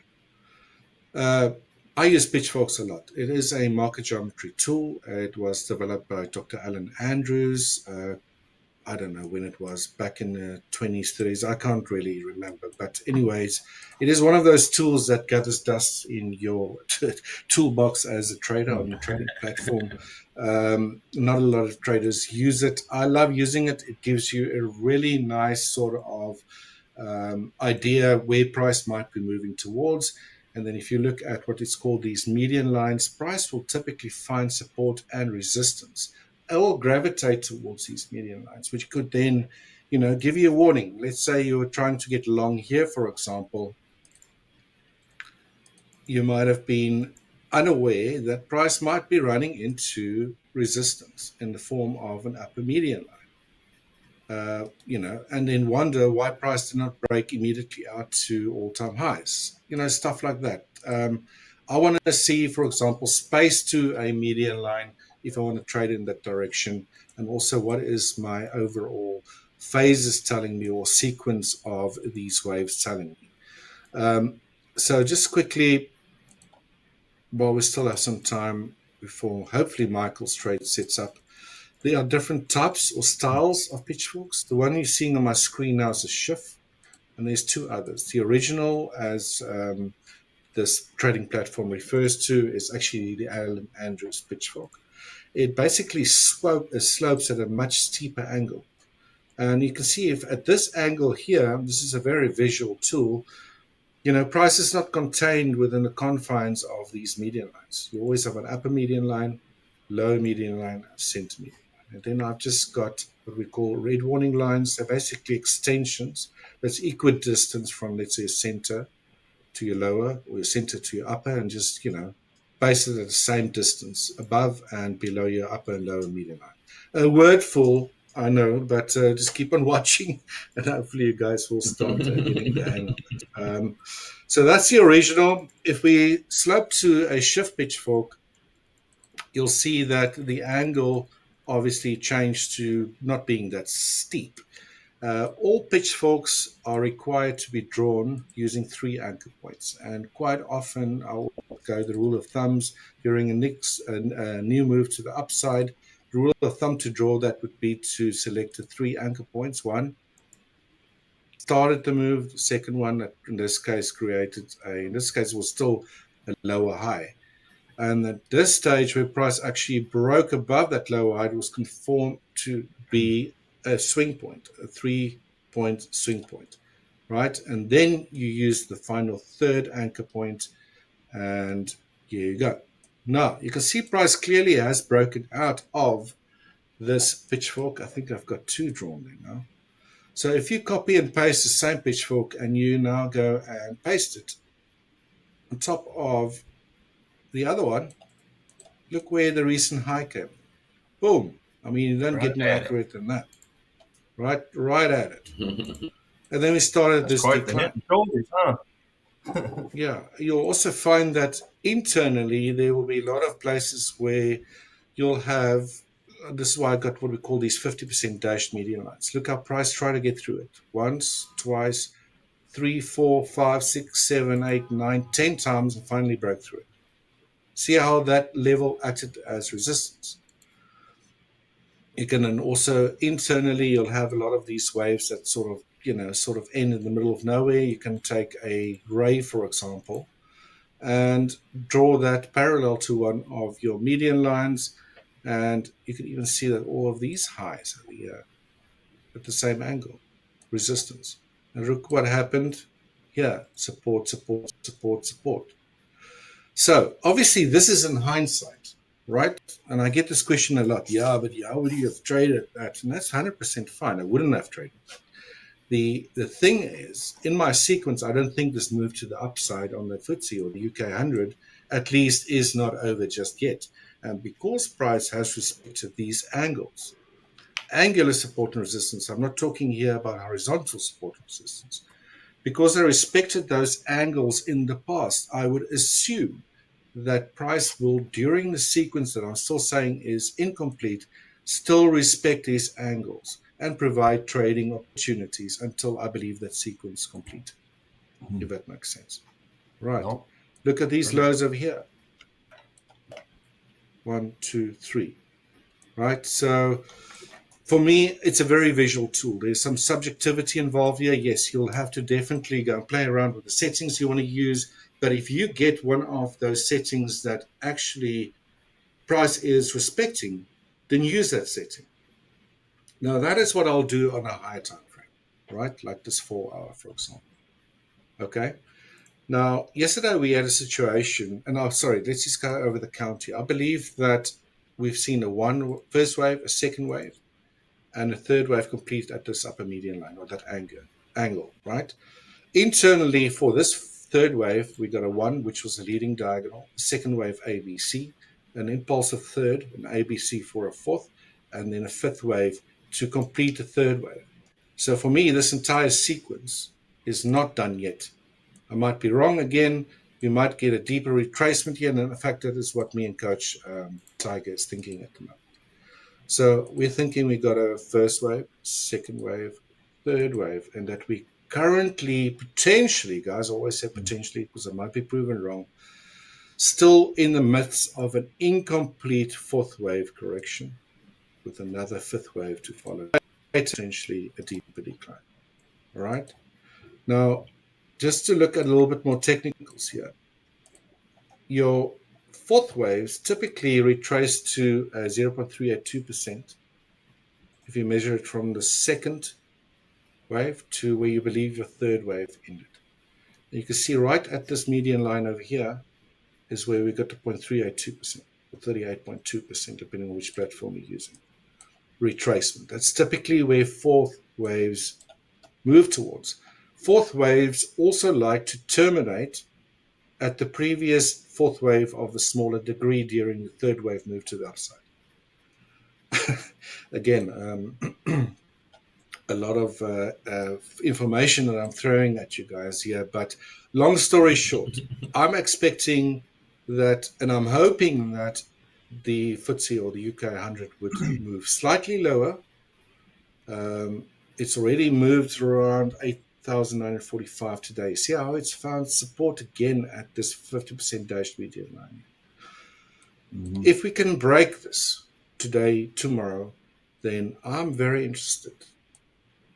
And I should actually bring back that angle that I've drawn there. And we'll show you a little bit what I mean about fair value gaps and all that sort of stuff as well. But you see price previously found resistance at this area. If it doesn't find support over here for that fourth wave, it's not really underneath this previous smaller degree fourth wave. We might see a pullback to this line instead. Right, and that creates a zone. Again, you can look at angular zones when using market geometry. Actually, that is what they look for. Or let me just see, I haven't used this tool in quite some time. Right there would be an area of interest for me should price pull back into that area. And then, if that is the case, I can switch to a smaller time frame. I can have intraday, for example, targets, because I prefer to trade intraday. Let's say it's the start of the Monday, or let's say it's Tuesday, and there's enough days, because I hate holding trades over the weekend. Actually, I don't do that. Mm-hmm. If there's enough days left, trading days left in the week, then I will try to swing this and hold it overnight. No issues. And see if we can target the upside again, assuming that we have a fifth wave continuation upwards. All right, so that is my thinking there. Still thinking a fourth wave decline here. I believe it was on our daily time frame. Where did we say yesterday? Yeah, we also got a fair value gap that's not been mitigated right there. So it's sort of in the same area. Mm-hmm. That price might move towards. It might even retrace 50% of this move to the upside, and I'll still be bullish. Warning signs would be that I'm completely wrong about this count. Before I pass things back to you, no, we still have a bit of time, right? Is if this price continues to retrace, and it retraced deeper than where I labeled my first wave, then this is not a fourth wave, and then it's something else.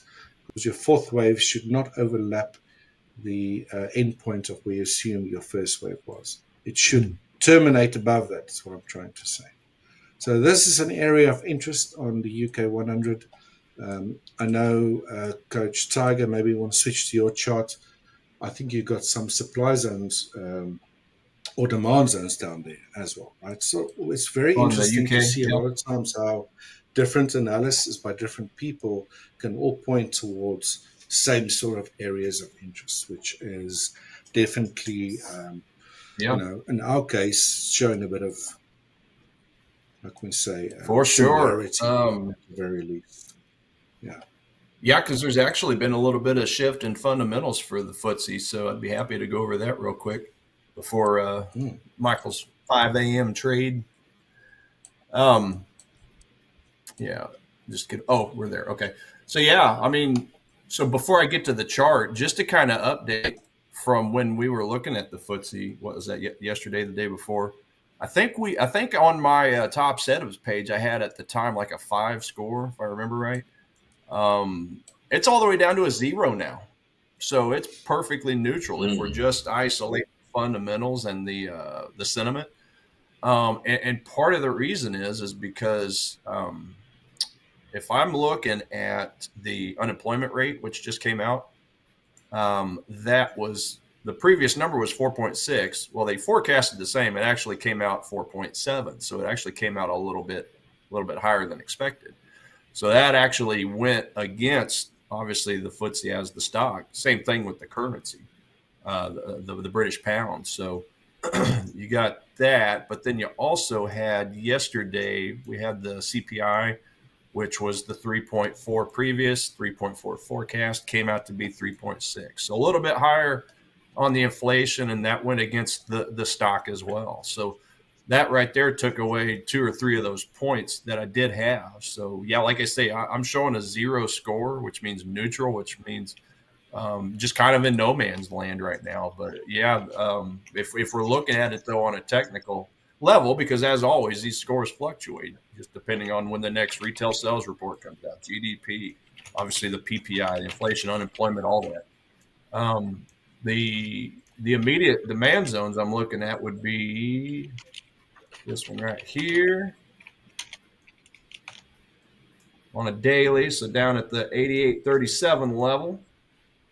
And then if I scroll down to the 4-hour, I do have one right here. So that's another one of my confluences I love to see. I got a 4-hour demand zone within the overall daily demand zone. And then down below, I got another one. So essentially, you can really take a stab at this a couple different ways.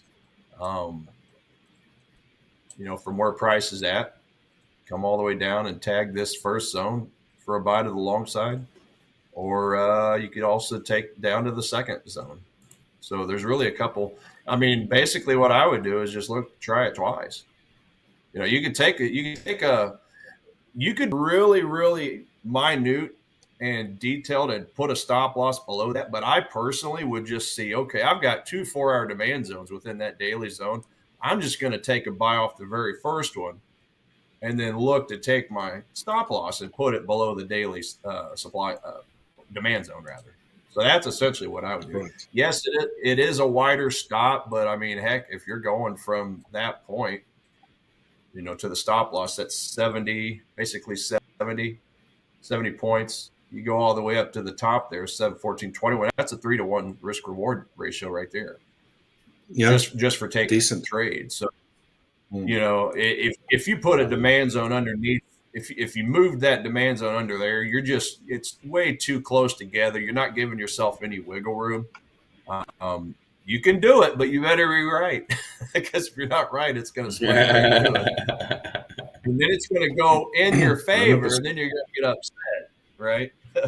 Because it ran off and left you. So, as always, you guys can do whatever you wish, whatever your risk, tolerance is, go for it. But I'm just telling you what I would do. I would be definitely placing a buy order there. Obviously, keep the stop loss down here where it belongs, under the higher time frame demand, and then it's off to the races. If price comes all the way down to this zone and touches it, great. I still got my demand zone down there. If it actually breaks that 4-hour, as long as it stays in the daily, even if it goes to the very bottom of it, the very bottom of this point, that's fine. I still got my stop loss there.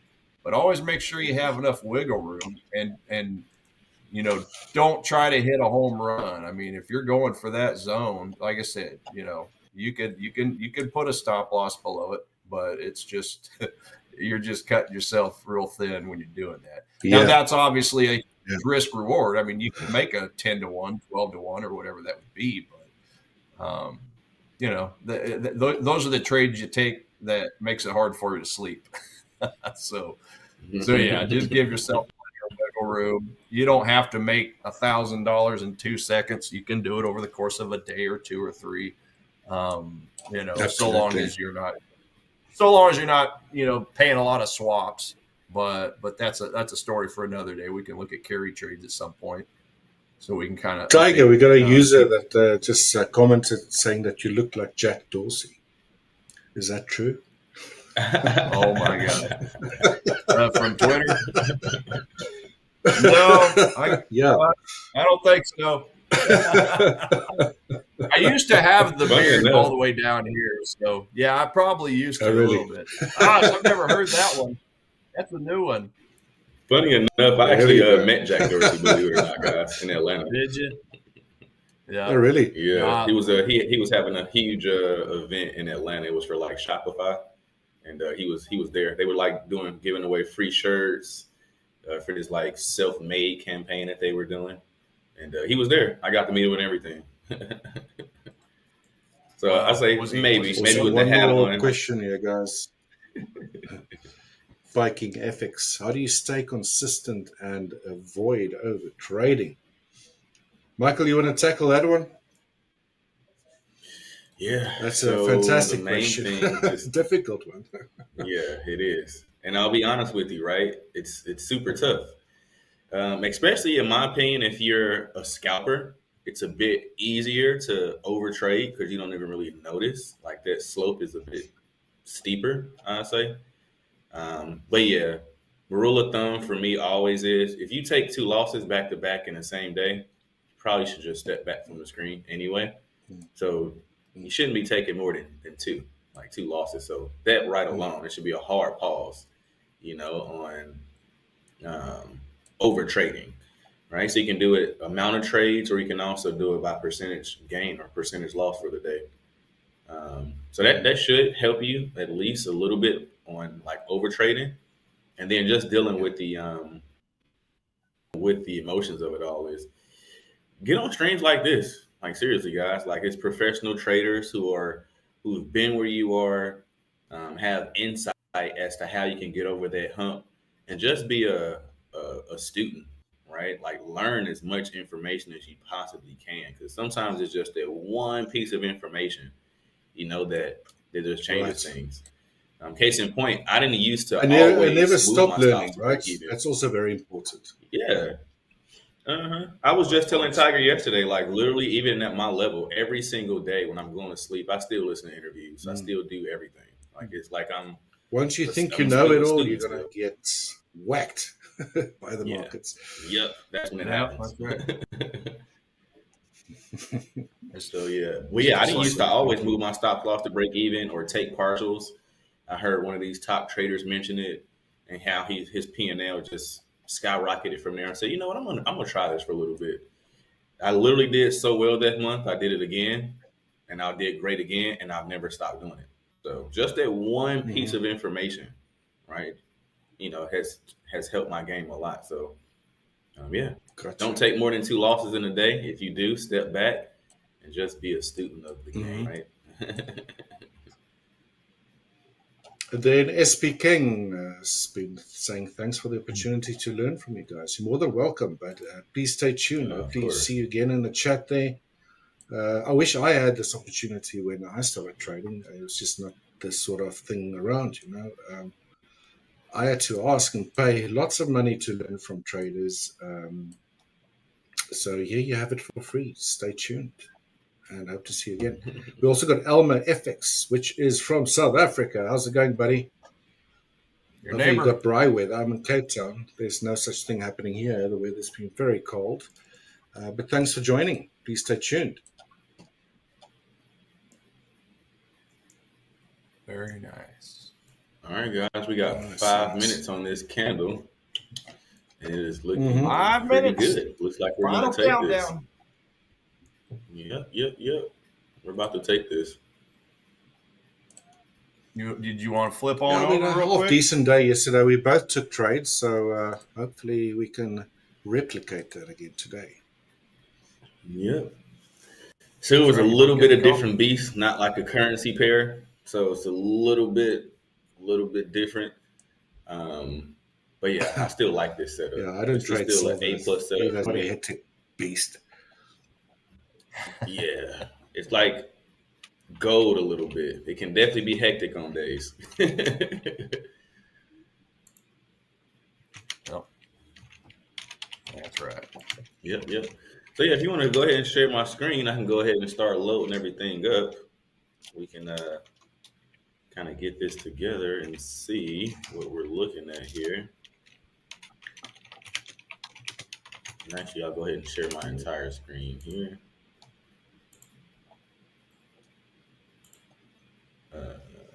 All right, let me go ahead and share my screen.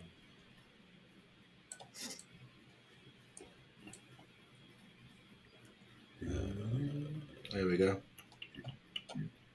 All right. Sweet. So we are right here. At first, this trade was all the way at the top, as you guys can see. That would have been a perfect entry. But you see it's starting to pull back just a little bit. So initially, I was going to throw in my full position. but now I'm going to throw on half and hope that it pulls up just a little bit so I can smack the other position on there. Smack it. Might throw a pendant on for it, or I might just throw an alert or just watch it, but we'll see either way. So I do know I want to put my stop right above this point. So I put it at around 38.10. So 38.10. And this is which is silver. Yes, okay, cool. All right, so I'm gonna put my stop here at 38.10. I do want to risk half the position now. Oh, it's a little too small. All right, 128 is fine. And then let's see what this take profit is. I'm gonna target this low. Now, when I get to this 200 EMA, I expect it to bounce off this area. So I'm gonna move my stop loss as soon as it gets here, which is pretty much right in line with this wick.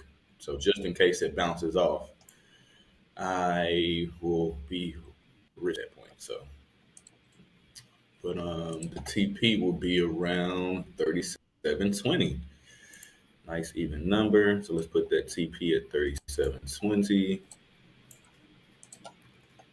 Nice. So risking $1.30 to make $2.30, not bad at all.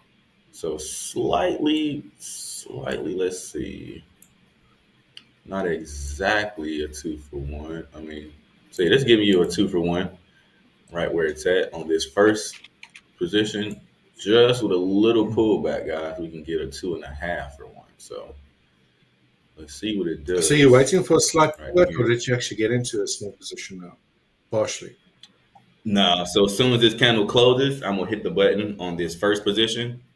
So right now I'm only risking a half a percent. Gotcha. But as soon as I'm either going to, if it pulls up, I'll just put the second position on, or I might just put a pending order on. One of the two. But we'll see here in the next 2 minutes.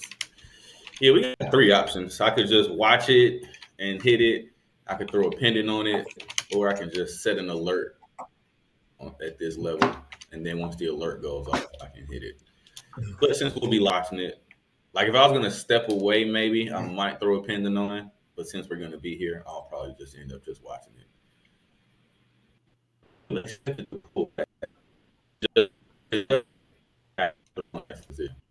Just in case, because it doesn't have to pull back. It could just close here and just tank.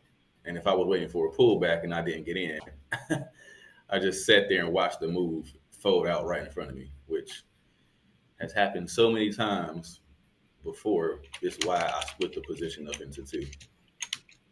Yeah, that's good workaround. Gotcha. Mm-hmm. So just in case. And this is definitely about to confirm. There's no way. Well, it is, but I highly doubt it jumps up here in the next 30 seconds. So we should be good to go to take this. Yeah. So let's see. As soon as it confirms, I'm going to just hit the button here. So nice and simple. Already set up. So let's see. 30 seconds till takeoff. The final countdown. Warm up your engines. Yeah, I'm also hoping to catch a trade in a little while. And not right now. Probably going to be a little while before that sets up. Yep. So Me too. likely wait for Michael to quickly execute his trade. If he's going to take it now or just partial position, then we're going to have to take a little bit of a break. We're going to take a 15-minute break for all our guys. So just so we can recharge our second. Boom. So we're in here. We're in here at the first position. And let's set this second position as a pending. Nice. So let's do this second position here. All right. Oh, it looks like it might just go right to it. It'll be nice. I wanted to touch this 13. It's 13 EMA. So let's see what price is this. This price is 37.86. So let's do this again. 37.86. Whoa, where is All right, so let's just set this pending order here. I want to get in at Nice. 37.86. Is that right? Oh, this might go right to it, guys. I might not even have to do it. Let's see. 37.86 and 38.10. Right. 38.10. And that TP level was All the way down there. 37. Way down yonder. 37. All right, sweet. So let's scoot this up just a little bit. And we can do this. One final check. No, I'll stop now. Go ahead and finish going up there. Mm-hmm. Cool. So we got one order on now, and then we got Mm-hmm. pin to pick us up at 37.86. Price is Awesome. now at 84. So 2 pips away. Can easily go ahead and grab this. So we shall see what we get, ladies and gentlemen. Cool. Right on. Sweet. So Nice, I am Michael. now short gold. Absolutely. Silver. Yeah, silver. Silver. Gold and silver. Right, guys. Michael, thanks for that. Luckily, you got into trade, and we're going to try our best to get in one just after our break. Guys, we just need to also recharge our engines a little bit. We're going to be away for about 15 minutes or so. We'll be right back digging into the charts. Please stay tuned. Again, we'll only be gone for about 15 minutes. Keep those comments coming. And yeah, as always, thank you so much for your interactions. Really, really good to see. Get some caffeine. Get some caffeine. Yes. The Java.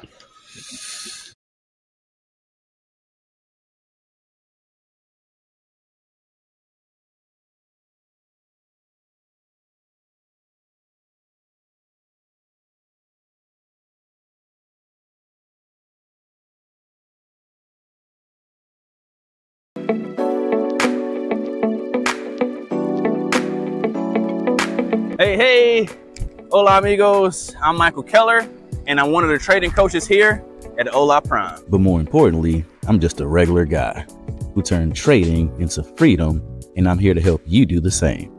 So this is a glimpse into who I am in front of the screens and beyond the charts. See, a strategy will get you in the trade, but mindset keeps you in the game. I started trading back in 2012, and honestly, I lost more than I won in the beginning, but every loss taught me something. It wasn't about having the fanciest indicator. It was about mastering my mindset. Living in Mexico has taught me to slow down, breathe, and be present. Trading is what I do, but it's not who I am. I'm a dad, a husband, a traveler, and a student of life. And all of that makes me a sharper trader. When I'm in flow outside the charts, I'm in flow on the charts too. This game doesn't reward speed, it rewards skill. Listen, everyone wants to flip $100 into 10,000. I get it. But be consistent, focus on execution over excitement, risk small and learn fast. And if you ever feel lost, reach out. That's what we're here for. Well, guys, that's a glimpse into my life, my story, and who I am, not just in front of the screens, but beyond the charts. I hope to see you in the session soon, and let's grow together. One day, one trade, one lesson at a time. Welcome to Hola Prime.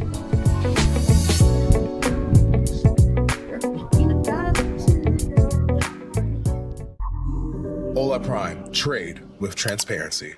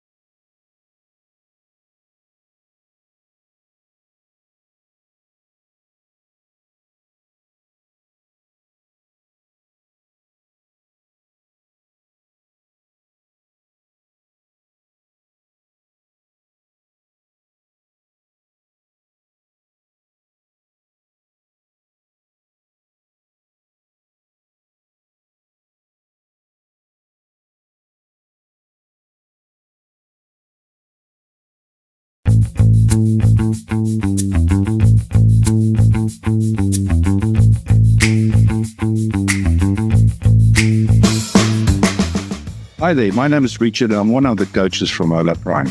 Join me as I take you behind the scenes on a little tour of what I like to get up to on a daily basis and beyond charts. I started trading 16 years ago, but through persistence and a very high level of dedication, I got to learn 3 invaluable lessons through my career.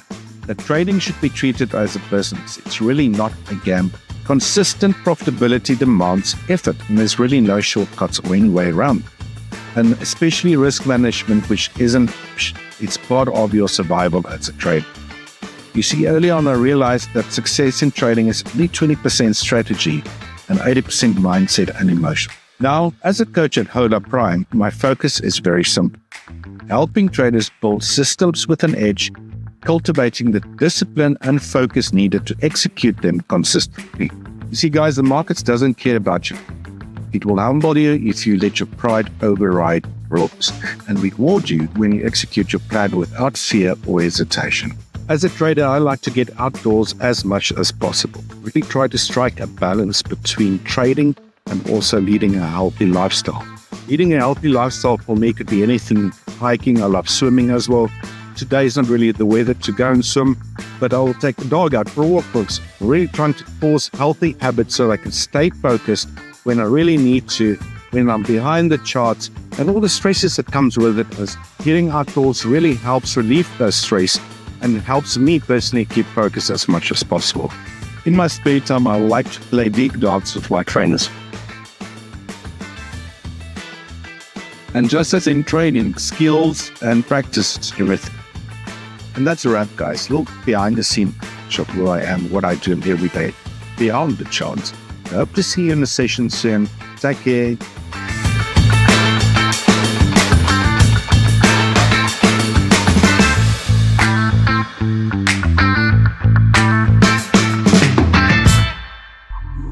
Hola Prime, trade with transparency.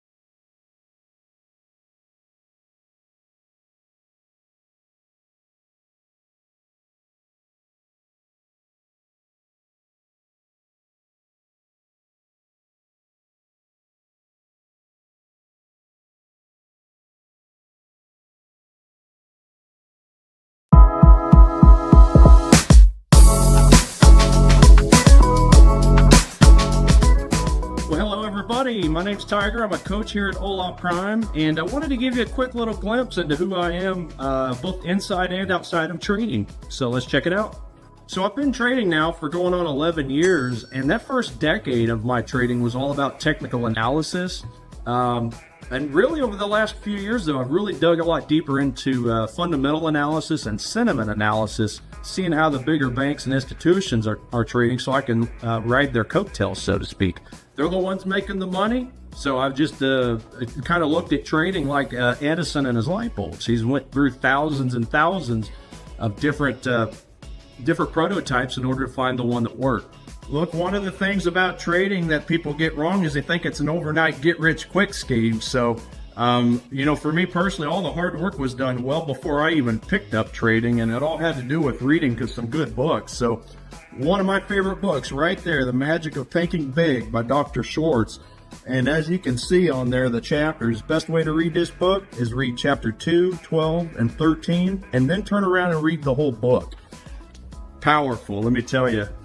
And I'm sure you caught that above my bookshelf. One of my biggest things that I love doing is bowling. I'm a very competitive bowler. Bowled a lot of perfect 300 games, so they give me these nice little trophies whenever you bowl a perfect game. Got another one for an 800 series, basically bowling 3 games of 800 or higher in a 3-game series, so it's like a 250 average. Pretty good stuff, but yeah, compete in national tournaments, state tournaments. I've won a lot of them, so Bowling, that's one of the top hobbies that I have. Outside of that, I love singing. I like to I like to go and belt some tunes, whether it's karaoke or just singing in my car, some carpool karaoke. But other than that, listen, on the weekends, I love nothing more than just to hang with my girlfriend. She's an awesome, incredible woman, and she kind of balances me out because she sees how hard I focus on trading. So it's just a very good reset at the end of the long, hard week of trading to just get away, just step away from it all, go enjoy each other's time, and prepare for the next week. So that's a bit about me. Yeah, just let us know how we can help. Just remember, it's not a sprint; it's a marathon. Okay.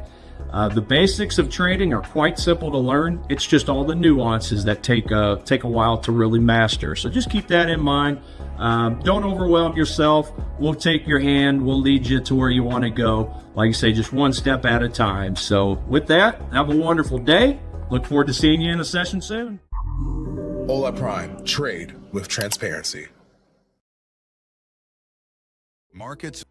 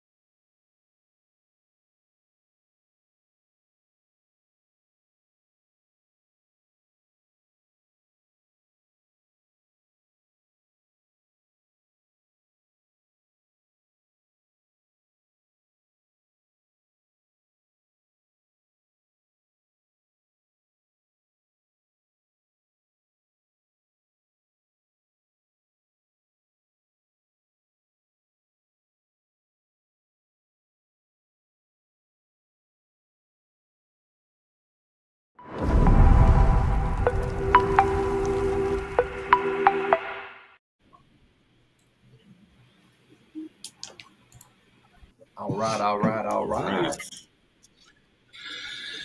All right, peeps, back again. That was a quick one. That was kind of that was kind of cool seeing our little videos in action there. Oh yeah, I know. especially Coach Michael. I hope he's got a free spare room for me and Tiger. Yeah. When we come to visit. Absolutely. Do a show from your place. Absolutely. That was great. You guys are more than welcome. Yeah, you got heck yeah. Yeah, you can come visit in Cape Town as well. It's very nice here in summer though, but not in winter. Very cold. Now, does it get cold there through the months like now? Or what is it? Yeah. No, it's proper winter now. So here in Cape Town, which is in the southern part of South Africa, it rains like a lot in Australia. winter. In the northern part of South Africa, it doesn't rain during winter. They only get rain in summer. But it's very windy and rainy. Very cold outside. Luckily, I'm sitting in an air-conditioned office, so it's not. But yeah, summer is absolutely stunning. Nice. Yeah. It's on the bucket list, getting down there as well. Yeah, you guys are more than welcome. I'll be a tour guide. Yeah, that works. Righty. Let's jump back into it, guys. Michael, did you get that second order away? Was it triggered? Nah, it looked like it just missed it, but it's not over with yet. I'm not gonna close. I'm not gonna take off that pending. Actually, let me get my screen up here. Let me go ahead and share my screen.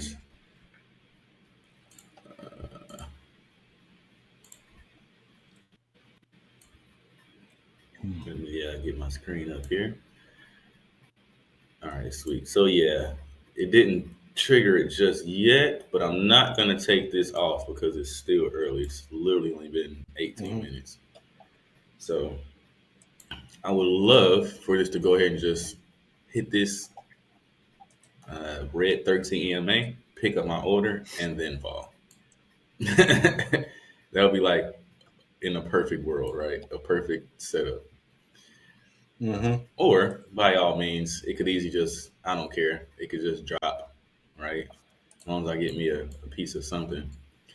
But I'm going to go ahead and put my alerts on here just to keep me, this is like part of my routine. I do the same thing every time. So once price gets to about right here, maybe right here. Matter of fact, let's just do right in the middle. Just to split the baby. So once it gets here, I'm definitely going to move my stop loss to break even. So I just like to do a little shorthand here. Just put SL to BE, which means stop loss to break even. And then I do want to put this second position on. So I'll put here, second entry triggered.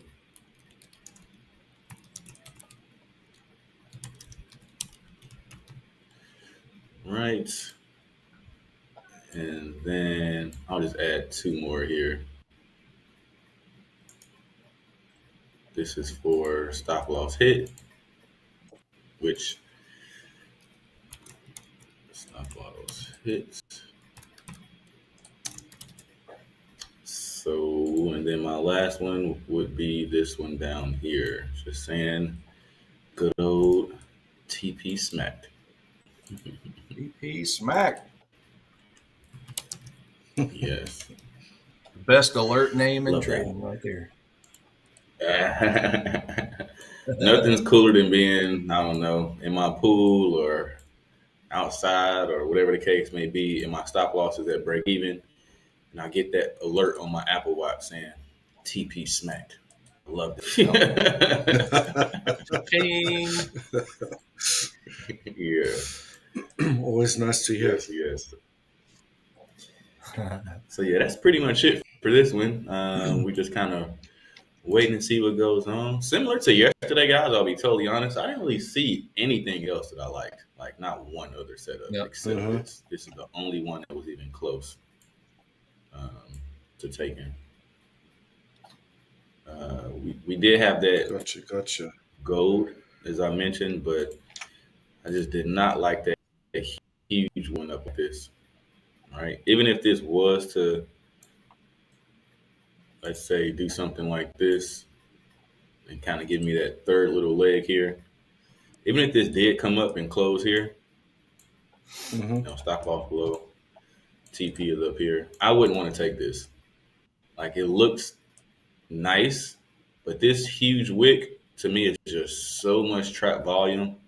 It's ridiculous. They can manipulate this area, this entire area, because of this one wick, and I don't want to be caught up in that. So I'm gonna just leave it alone. But yeah, that's pretty much it for me, guys. I don't really have anything else.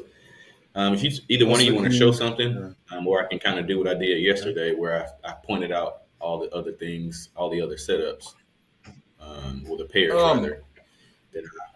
If you want, Michael, I've got a quick potential setup on dollar Swiss. I'm still just kind of waiting, but I'll just kind of show everybody what I'm looking at real quick, and then I'll pass it back to you. Does that sound good? Okay. If you want to share my screen back in, we'll take a look at the dollar Swiss. So this one is showing up number one on my fundamental list as a score of -4. Gosh, this thing keeps moving. It was literally just at -5. So it's moved again. So what I'm going to do is just show the technical look I've got on this one. So just so you know, it's been giving me a bearish signal for the last several days. But yeah, like I said, today it's just flip-flopping between -4, -5. So for the audience, a combination of all my economic indicators, I add it all up. Whatever that number is where it tells me if it's bullish, bearish, or neutral. So neutral is anything between -4 to 4. That's kind of the no-go zone. If it's -5 or lower, it's a short sell opportunity. If it's 5 or higher, it's a bullish buy opportunity. So currently I'm sitting at a -4 on this, this particular one. But we'll go ahead and take a look at the technicals. So it's obviously ever since middle of January been going down, just like a nice straight downward march, except for this big giant drop retracement, but then back to a slow, steady grind downward. So been looking at that, and a couple of things I was looking at was obviously yesterday when we had all that news come out and the market started going haywire. It affected all the currencies. It affected obviously the indices. Everything pretty much was just going wacko for a while. So after all that dust kind of settled, what I saw, if I go to a 30-minute time frame, so I did find a supply zone right here. This was let me just get rid of my order block indicator real quick. So this was a last green candle up before that big giant drop down we had around the 10 a.m. Central Standard Time time frame here in the U.S. anyway. So anyway, so I wrap a rectangle around that, a red rectangle, notating that it's obviously a supply zone. I just move it forward. So while I was taking a nap at 2 a.m., it looks like it did actually hit, and on a 30-minute time frame, so that same time frame, I found my candle. I did get a bearish engulfing candle with a candle up top, or with a wick.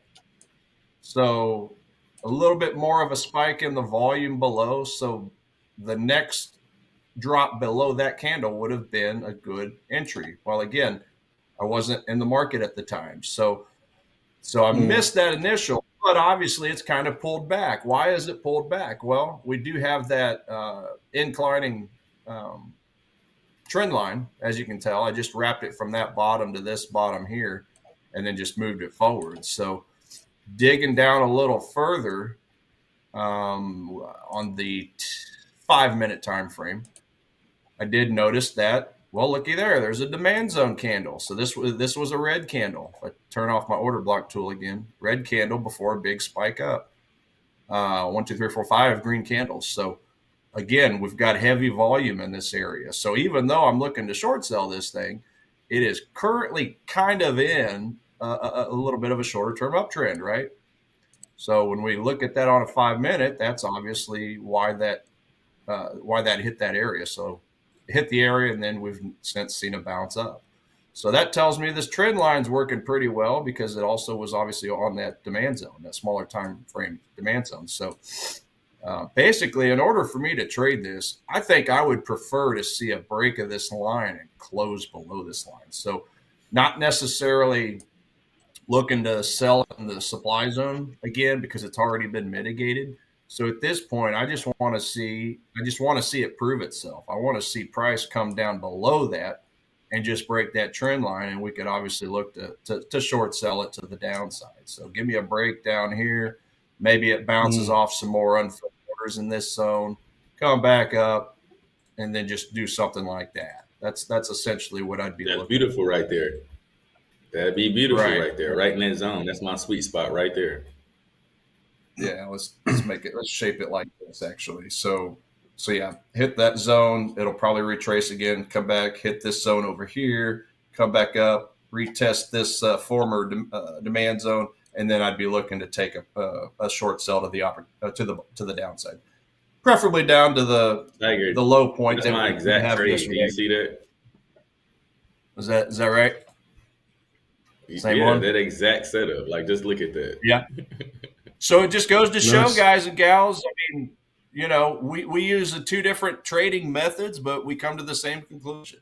I mean, it's kind of funny how everything's kind of kind of connected in some way, shape, or form. So, but this is, I think Richard or one of you said earlier, this is where you just want to stay flexible. I mean, just because I missed that initial trade opportunity while I was sleeping, doesn't mean I can't find a new way to get back in. So, yeah, that's basically what I'd be looking for. Break that, kind of chew through the rest of that zone, and then it's off to the races from there. So, getting in somewhere right around this area, that might be a good opportunity. So again, I'm just going to keep an eye on it. Now, like I said, I started this thinking I was still at -5, but it did move up to -4. So that may or may not keep me out of the trade, but we'll see how it goes. So, but yeah, it's just basically taking advantage of yesterday's craziness, right? And the zone that came out of it on a 30-minute time frame. I mean, that's just an excellent sharp decline with a lot of volume spread. So yeah, I'll keep you posted on that. And then the other thing I did observe was, I love to use the RSI tool as well. So if I'm just looking at this little swing high and then this second swing high, we take a look down. I mean, that's obviously higher highs, but if we take a look at the RSI, it's just giving a little bit of a slope downward. Nothing too gradual, but if I isolate just my RSI for just a second, you can see it is making lower lows, right? So that is something I do like to see, albeit on the smallest time frame. I prefer to have it a little higher, like the 5, 10, 15 minute. But that's an early sign that maybe we'll start to get that same type of an action on a 5 or a 15. Okay, so obviously that's down on the 5, but it's also giving me, lower highs as well. So kind of a complex way of staying flexible and just Staying having a alive. few different entries. I like Michael with your different entries. So yeah, I'll keep you alerted on that if I decide to do something. Okay. That's all I had on that for the moment. All right. Do you have something, Michael, you were wanting to do? No, I was more or less if you guys didn't have anything, like kind of how yesterday I went through all the pairs, but I was pointing out what I would be interested in. And basically, I just went through. Michael, let's do that. Just I just want to share what I might be doing in a little while, just so that that's out of the way, and then I'm not close to a setup just yet. I think when the time does come, then everyone's on the same page. So if you can spare me 5 minutes, then take your time. And also the view to see what you got on all the other pairs. That works. Right, guys. Gold. Just looking here at a 4-hour time frame. If you remember what I've mentioned about the bearish bias that I have, let me just maybe. I'll leave that on for now. So we've had this spike. When was this? Yesterday. All the way up to this upward sloping red dashed median line. It's actually an internal median line. You see price found resistance there multiple times. Even that spike found resistance at it. And price basically closed with a pretty long wick below the center median line, pulled back to it to test it, and now we're sitting here for 1, 2, 3, 4, 5th, 6th time that price is actually sitting at this, during this decline. It has actually previously sat at the 50% dash median line. But all of them closed above that area, except for the previous 4-hour candle, which is now closed below it. I'll be interested in taking a short here on gold, but I've got to be really careful here. As I mentioned earlier on, sort of on the sidelines, just because we might just see a lot of non-setting cycle whiplash up and down because of that potential triangle that is, I think, still underway. Although it is potentially what is going to happen, it does point to some bearish downside. But if we can get at the close of this current candle, which is the new 4-hourly candle, a nice fair value gap to form. And currently, you can't call that a fair value gap because the candle first has to close, right? You can get something like that at the close of a candle, a little bit higher up. There's sort of like an intersection here between this upward sloping angle and this pitchfork that I drew that's tracking this downward side momentum. Right, so what I like to do is slope upwards, what the main sort of trend might be, And then also when I get a decline counter that trend, I like to slope a pitchfork in that direction as well. And quite often where X marks the spot, we have confluence between two different angles. That's where you quite often get really good trading opportunities, i.e. support resistance. We also got a fair value gap right slightly above that area. So too early for me now to try to get involved in gold. You can also see how it has been riding at this previous candle, this lower median line. It tested it again, did not want to break it. So if I want to get short here, and this current 4-hour candle, which still has, by the way, 2 hours, 26 minutes or so to go, then I'll like to see price pull into that fair value gap, and I'll be willing to take a short. Just to explain what a typical setup would be, for example, in this scenario, and this will have a little bit of a longer, I would say maybe a day or so trade, maybe even longer, for, I don't know, 8 hours, 12 hours in a trade. But let's say there's a fair value gap, I'll use that as a trade location. If price can pull back into it and give me some sort of resistance signals on a smaller time frame, this is typically what I would like to do. I'll probably place my stop loss above this long-ranging red candle, and then I'll target this lower median line. That makes sense, right? Of the one that's tracking this to the upside. Because previously, look at all these situations where it's acted as resistance, resistance, resistance. Even the spike ended right at that area. We've gone down here now, so quite often if we go down and break below and close it, we get a fair value gap. I don't just jump into stuff. There needs to be additional stuff to help me decide whether I want to get in or not. A bit of confluence between market geometry, different angles, fair value gaps, that sort of thing. And then try to time your trade on a smaller time frame. And in this case, I would then like to target the lower median line. In this case, under the current 4-hour in the candle, that's over the 3 to 1. But because time would pass, this line would actually move up, up, up. That I can then change my target dynamically, right? Rather than having it set. But for as long as my risk-reward ratio stays over 2, that will be great. All right, so that is a typical setup. Again, just also noting that price is, and you can clearly see it from the market geometry here, how it's whipsawing up and down between different angles. It is now currently finding a bit of support at this downward sloping median line of this pitchfork tracking this current decline. So a bit of between a rock and a hard place price is at the moment. If I do not decide to take this and I see a better setup, then that is definitely I'll want to do something during this session. But this trade probably won't set up during our morning session. But if it does, I'll be happy to go and post that in our Discord server, in our Discord, right? So for those that are not joined or haven't joined our Discord, just go visit our website and I'm sure you can go and join there. All right, so sorry, that was just it quickly. Michael, back to you. I just wanted to get that out of the way. Yeah, absolutely. I think, Tiger, you want to show UCAT or something really quick? Yeah, actually, somebody had asked in the chat about dollar Canada dollar, so I can take a quick peek at that. Just a super quick peek at it. If y'all want to show my chart real quick. While my chart's popping up, if I'm looking at my fundamentals and my sentiment for dollar CAD specifically, I am getting a bullish score of a 6.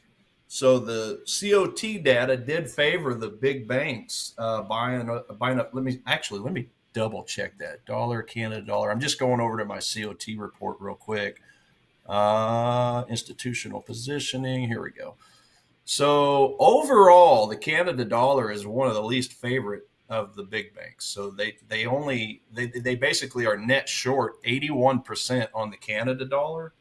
And then when it comes to the US dollar, it's kind of towards the middle of the pack. They're net short 55%. So neither currency, when we're talking long-term positioning, neither one is really that popular in the eyes of the big banks.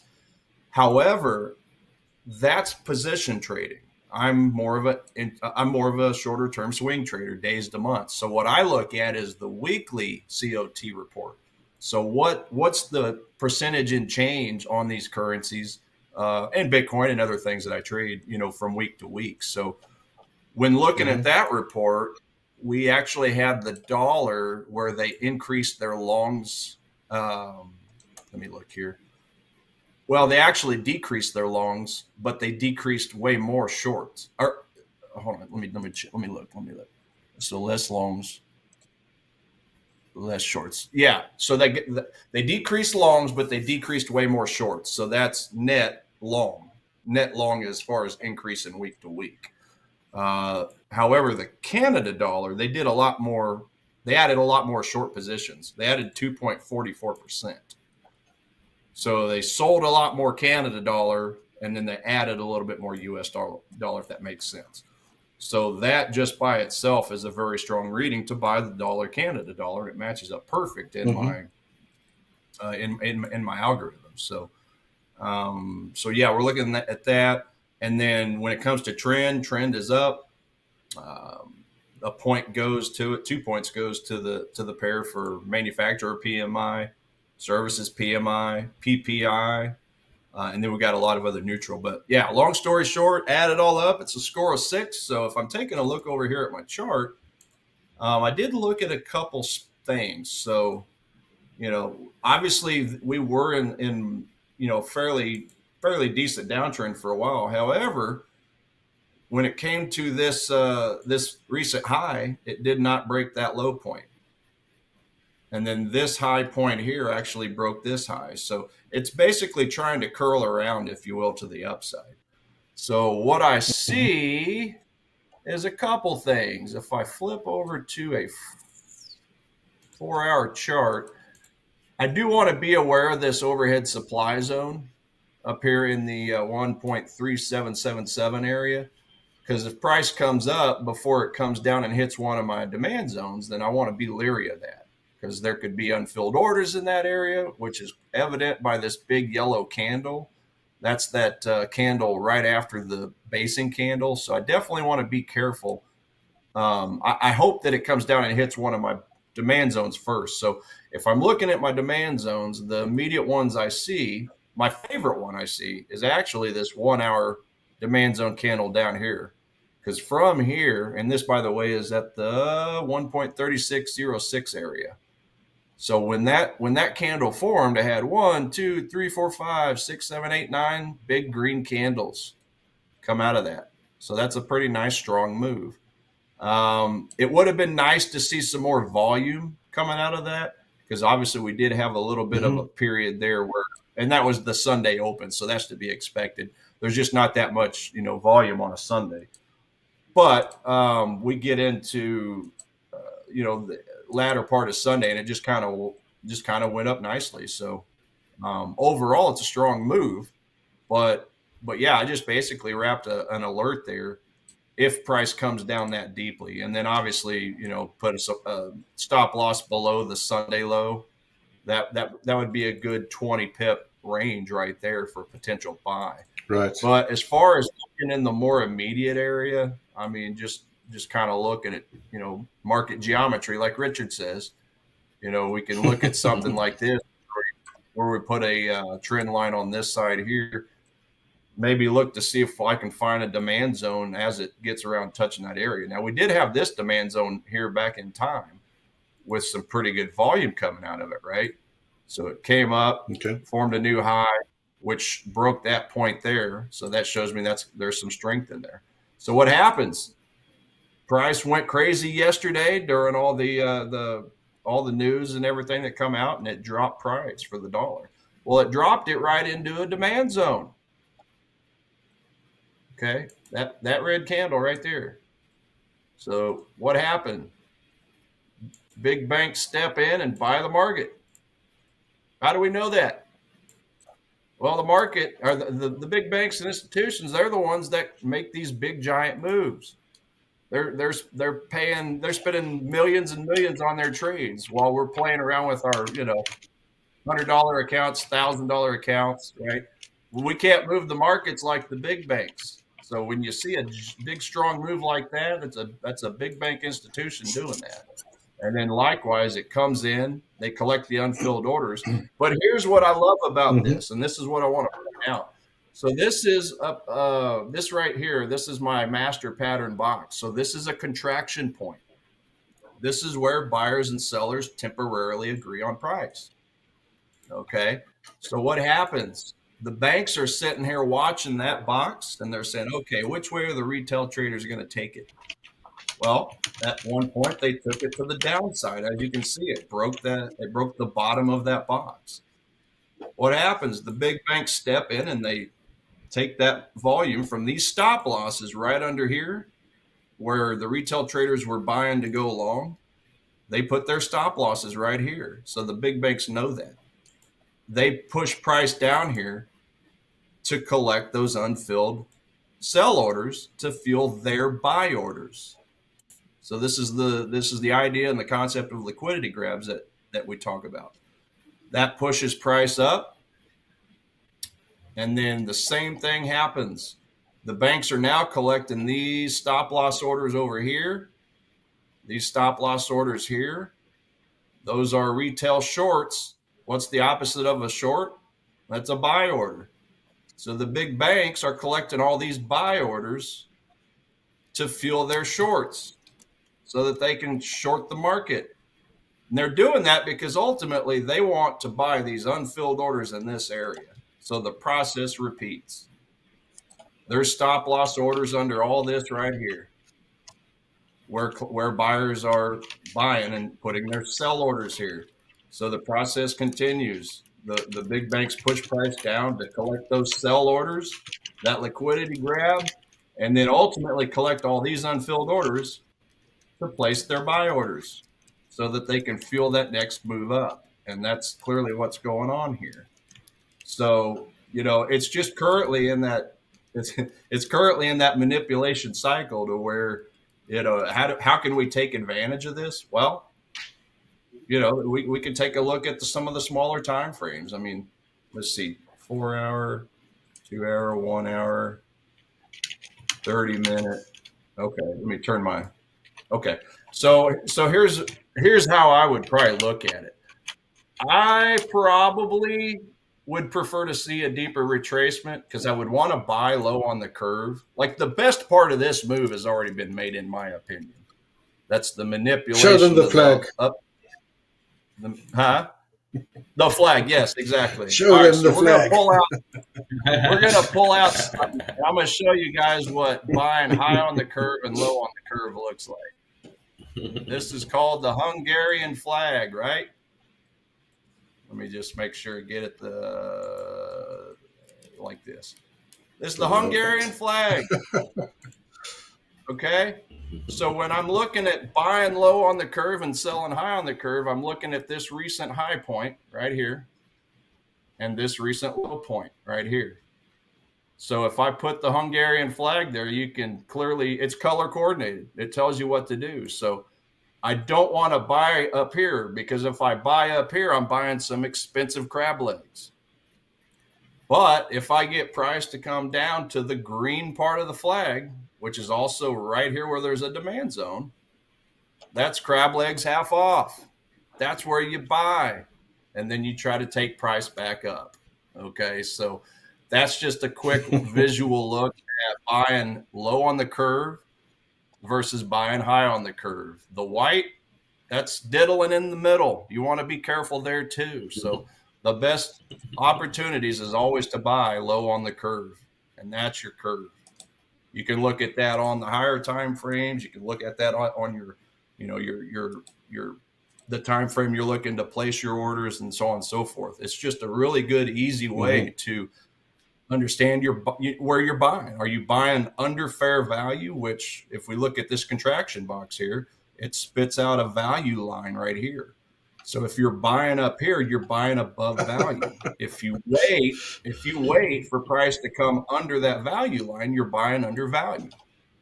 So then ultimately, just to get rid of my flag there, that's what I want to do is try to find a demand zone on a smaller time frame, which, yeah, that 30 minutes looks like to be the best one right here. So So I would just simply wrap a demand zone candle there. Now this is a little bit smaller of a range, so I don't want to just put a stop loss directly under that box. I prefer to put it maybe under this swing low. So for the one that was asking about this, just a recap, dollar Canada dollar, yeah, giving me a 6. So fundamentally I'm good.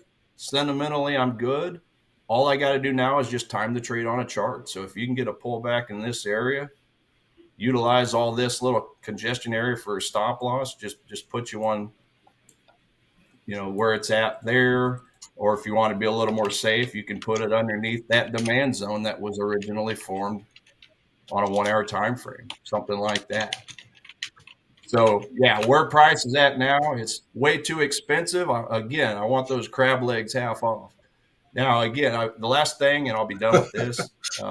If price comes up and touches this overhead supply, I'll just be a little more careful if and when price returns. But as it stands, if it comes down here, we'll take a small stab at it there. And if it just continues going right through it, you got another demand zone waiting below.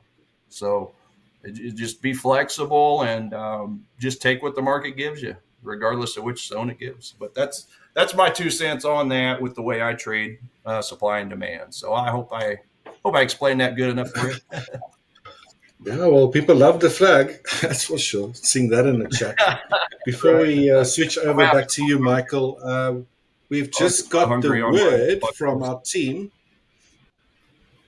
that we will be giving away a 10K funded account, guys. So that's really exciting to hear.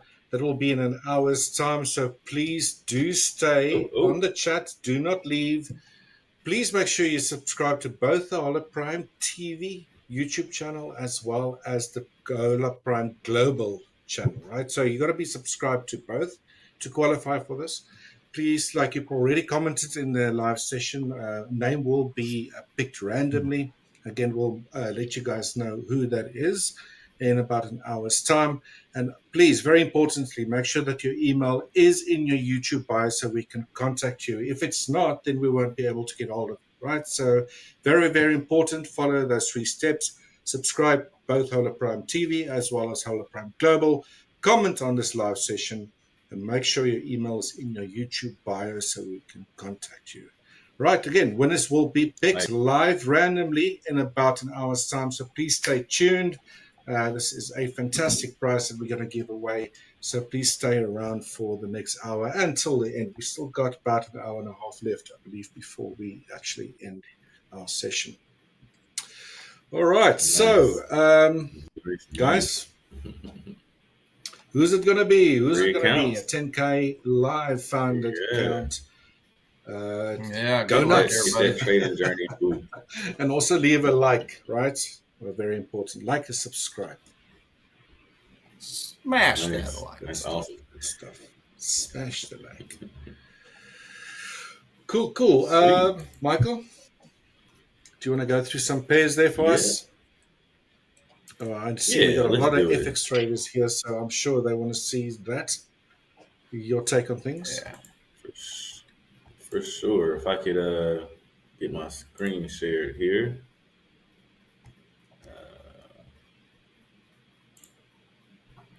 Let me get my screen shared up really quick. Sweet. So, yeah, as I mentioned earlier today, guys, this was pretty much the only pair that I was really looking at today that I really like the most. But I would like to go through some other ones. Because trading isn't all about getting into the good trades, right? It's also about staying out of the bad ones. So I do want to go through the other pairs and some other assets and kind of see why I basically point out why I wouldn't be interested in that pair today. So we'll get into that here. But really quick, just for full transparency, guys, I did set that pending alerts. And it did not trigger it. It was sitting so close to it and not triggered it.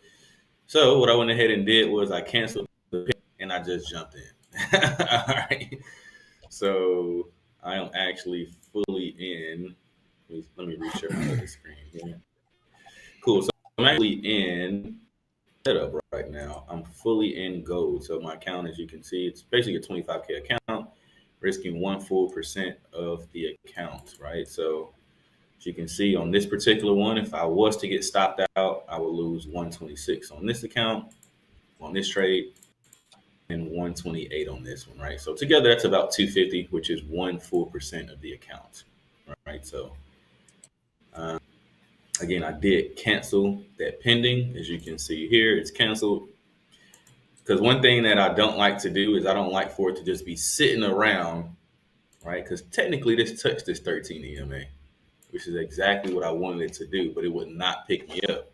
And I don't want it to pull off that level and turn around without me. So I had to make an executive decision to cancel the pending and hurry up and jump in the trade before it pulled off. Run off without me. So yeah, it's like I don't want to be running behind the bus saying, "Wait, don't you see me in your rearview mirror? Wait." So Getting mud in your face. We'll see if that was a great decision or not. Right now, it's looking like it is. But if this comes up and goes past this level, it'll be, damn it, I should have just waited. But either way, I pretty much wanted this exact price, which is about 37.86. Then as you can see, I'm in here at 84, so close enough for me. It's basically right there, close enough. So cool. So let's just kind of let that do its own thing. I've done my job on this particular setup. No need to kind of watch it. I already got my alert set up here, as you guys can see. So nothing to do here. So cool. Let's kind of go through some other pairs, guys. I'll start at the top here. I do trade everything pretty much. Trade a few indices, gold, silver, crude oil, Bitcoin. I'm only buying, just like gold, I'm only buying. And I do have the peso up here, which I don't trade. I just like to look at for currency purposes since I do live here. So I will skip that one. But let's kind of start at the top here. So starting with NAS 100, I was mentioning yesterday, and this is going to be the same thing for the entire process, guys. So I just want to kind of preface this with, when I come to the charts, I'm looking for this particular pattern, right? Like, where am I in this exact cycle, right? So I'm looking for something like this. All right, and then once again, just for a little bit more context here, actually, I got something really good for you guys. Watch this. So again, just like earlier today, I'm staying away from these two levels, right? Because I don't want to trade the peak low, and I don't want to trade the peak high either, right? To me, this is hard to catch. And this could technically just keep chopping. It doesn't have to just do an M top. It could give you 3, 4, 5, 6, 7, 8, 9, 10 legs, mid legs, 8 legs if it wants to. So I'm only interested in, yeah, like this thing can keep going, right? It doesn't have to do it. So I'm only interested when it breaks this level. Once it does that, the 1350 will cross and it pull back. And I'm interested in this zone here. Right, which again is level 1, as I pointed out earlier. I'm only interested in this zone here, which again, it breaks this level and pulls back. All right, so I'm only interested in these levels, level 1 and level 2. All right. Now, when I come to the chart, these are my questions that I'm asking myself. One would be, where am I in the cycle, right? That's the first thing I ask. If I'm in level 1 or level 2, all right, we can move forward. If I'm not in level 1 or level 2 and I'm in the peak high or peak low, I'm not interested in that pair at all, right?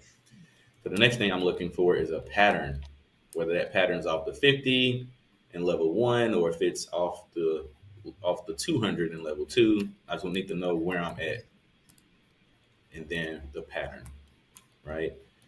So the next thing I'm looking for and that I need is higher time frame confirmation. Oops. Right. higher time frame confirmation, right? Which for me is the 4 hour. That's why we had to wait until, what was it? What time was that? Until 5 to take that trade, because the 4 hour did not confirm. And then lastly, I'm looking for that entry,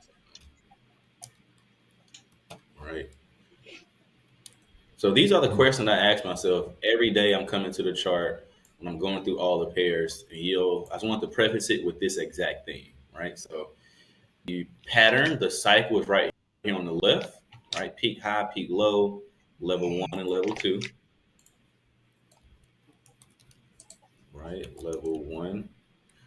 And in level 1, I'll just add this here too, the 1350 will cross. These are the EMAs, right? And then here in level 2, we will have the 5200 cross, right? So this is all I'm looking for when I come to the charts. Looking at these pairs, I'm figuring out if I'm at what level am I in. If I'm peak high, peak low, I'm not interested. I'm moving forward. If I'm in level 1, I'm looking for that bounce trade. If I'm in level 2, I'm looking for the MOW off the 200, right? So keep this in mind. I'm going to go ahead and erase all this off the charts. I'm just kind of giving you guys my walk down, right, through it all. Right, so Michael? I'll go ahead and delete this. Michael, do you mind if I just quickly take over? I'm going to take a short stab here at the UK 100 for trade long. Right ahead. Go right So ahead. switch to my screens quickly, please. Get it. Get it. I'll explain the setup momentarily. Although I'm still expecting a decline, I don't think this move upwards is just done yet. So it might give us a little short-term trade. I'm actually going to jump into this right at where it is now, somewhere with a market order. Stop loss will be around 8965. Let's give it a little bit more retracement. Again, guys, this is trading with a very small amount of lots. Don't know why that has been rejected. Let's just try this again. Rejected. What are they trying over there? I know we are getting a bit of a decline, so let's just wait this out a little bit. I wanted a continuation upwards, a bit more extra confirmation. The price wants to go higher. I think this move upwards here is part of a correction before we see a deeper decline, but I'm thinking we got a little bit more upside potential there. We might have a situation where we're sitting with a little triangle. Something like that during a very short-term bullish move. So we might have a bullish outcome out of this.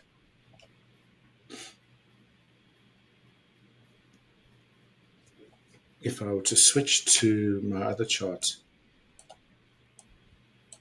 this is what I'm thinking. We got a 5-wave sequence. This could potentially be an A wave of a correction. B wave, or sorry, then this triangle, potential triangle, ascending potential triangle, could be a B wave, and they do potentially something like that. I like that word potential because you're never sure. Absolutely. If that is the case, I'm not just going to jump into this. Like I mentioned, I want a little bit more extra confirmation. There's your pattern, potentially an A, B, C, D, E. Let's just quickly mark that out for those that are interested. Again, maybe, right? Still early days, something like that. That needs to be intermediate, or actually way smaller. Make it minor weight. Even smaller, sub-minor weight. There we go. Right, so that is potentially what's going on here. But we'll also know very soon if I'm wrong about this. If price will continue low from here, break below this low, then this trade's off the table. So what I'm thinking what I should do here is place a buy stop order above this current candle. Again, I'm looking at the 5 minutes here. We still got 2 minutes and 15 seconds left. So I'm going to place a buy stop order there. If I get triggered in the trade, I'll probably want to do something like this and then target that upside depending on where this candle then ends, right? So I'm using confirmation here as well. And if price triggers into that, I want to be long. If price then doesn't trigger that, instead at this candle or the next candle break below this low, then I'm wrong about the trade, if that makes sense. Okay, so let's just jump over to the actual charts here. Let's place a buy stop order 8972. Let's get that level right. Exactly 0.3. Right. We'll go in with 6 lots. Again, not the biggest trade. So if the stop loss would then be, let's say, around about 8965, it's only about a $60 loss, right? For nearly 1 to 2 risk reward ratio. So there'll be a buy stop order. Again, I won't get triggered into this right now. Just going over my entries there, making 100% sure that that is what I want to do.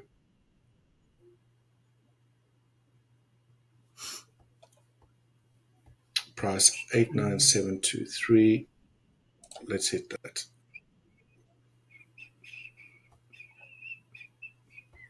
Order sent, order placed. Cool. There you go. So that is the trade. Target would be double that. Oof, where am I going with this? 58. So that would be 116, right? I'll probably adjust this a little bit later on. Come on, don't do that. Something like that.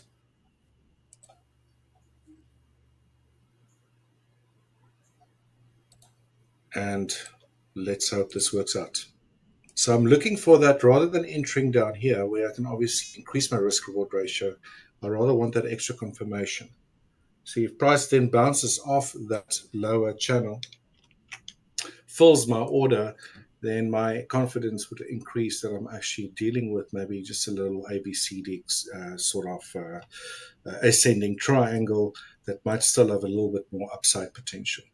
Again, in the bigger picture, remember, I'm still thinking, like Coach Tiger has been thinking for a while as well, that we might still move lower, right? But taking a little trade like this when it presents itself, nothing wrong with that either.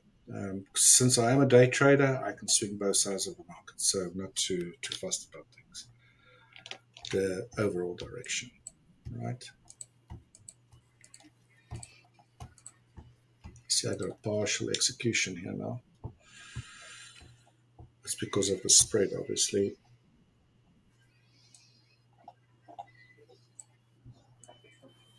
The swinger.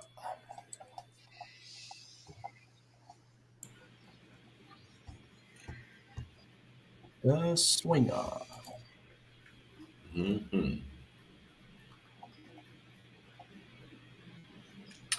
Right, so I am long the UK 100. It was a partial entry.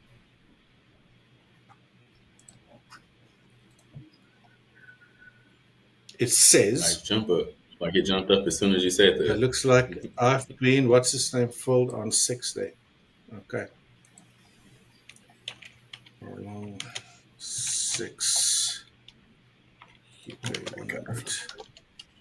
No, I do have a 5. All right, and I'll keep you guys posted if anything changes there. If I decide to start trading my stop loss, all those goodies, hopefully price moves higher into my favor. Again, I'm assuming that we might reach this upper end of this channel line and that this is hopefully indeed some sort of an ascending triangle with a bullish outcome. All right. Nice. The goodies. Back to you, guys. Michael, sorry for the interruption. Nice. No worries at all. No worries. All right. Did you want to share something if I jump back on? No, that was it from my side for now. Well, Yeah.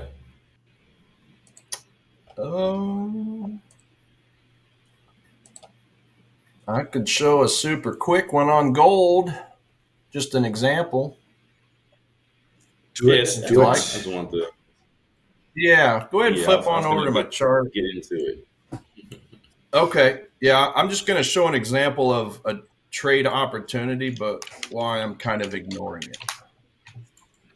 Just so that Nice. people can get a little bit more in-depth idea on supply and demand zones. So gold is giving me a bullish score of a 5. So, when I look at gold, it's obviously clearly going through the sideways trend, right? Daily, it's in that same range of the daily contraction. Let me get rid of my drawings for a second.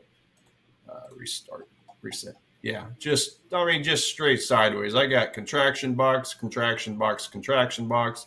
They're all in the exact same line with those lines coming out, right? So just basically really boring. But one thing that I wanted to wanted to point out was just for example's sake, it is showing me a demand zone on a 30-minute time frame right there. So that green one right there. Now, there was a demand zone a little further back here on a 1 hour time frame. Or no, I guess that would have been was that a 4? No, it was a 2 hour. Sorry. 2 hour, yeah. So there was a demand zone back here that formed this last red candle before a spike, and price did come back touch, and then it lifted off with all that craziness in the news yesterday. So, technically that zone held and gave it a profit, but also it was obviously aided by the news, right? So, but in the process of that, it formed another demand zone on a 30-minute time frame. Now, one thing I like to look at when it comes to price entering a zone is if price comes into a zone, I don't want it to just kind of dilly-dally slowly like this. Like, you see how it's a little bit greater than a 45-degree angle. So that to me is just it's just not the way I like to see it. In other words, when price comes down, I want to see it come down quick. Now, you'll hear different people tell you different things, right? Some people will prefer it to look like this. But the way I see it is this. If price comes down quick like that, think about dropping a rubber ball from the top of a roof. What goes down, straight down, will tend to come up, right? But if you're kind of throwing the ball at an angle, I mean, this is where the geometry and physics come in. It may take a while. It may kind of bounce like that, if that makes sense. So I just thought I would point that out. I'm not too interested in it because I like price to come down fast. I really do. Because that means that means that it's just got a higher chance of going up. That's what I wanted to point out. Now, I'm not worried about this trade right now anyway. When we looked at the daily, it's just going too sideways. So I really want to see, price make a deeper retracement. And for me personally, looking at gold, I'm looking all the way down here on this daily demand zone, all the way at 3,000 level, at the 3K. Super good psychological number right at the 3,000. We do have a zone within that zone towards the bottom. I think that's a 4-hour time frame. Yeah. So if we just kind of zoom in, 4-hour demand zone within a daily. Ooh, woo! That's a beautiful confluence. That's super sexy. Yeah, I love it. But yeah, I just wanted to just kind of show that. From all my experience, prices bounce harder when they come straight down. So less than a 45-degree angle. It's those ones that are greater than 45-degree angles. It just kind of hard to explain the reasoning behind it. They just don't work out as well. So anyway, Back to you, Michael. I just wanted to kind of point that out on that. Gotcha. Okay. No, I agree with you. It's kind of interesting because I was taught the fast move is the false move, but at the same time, I believe that as well.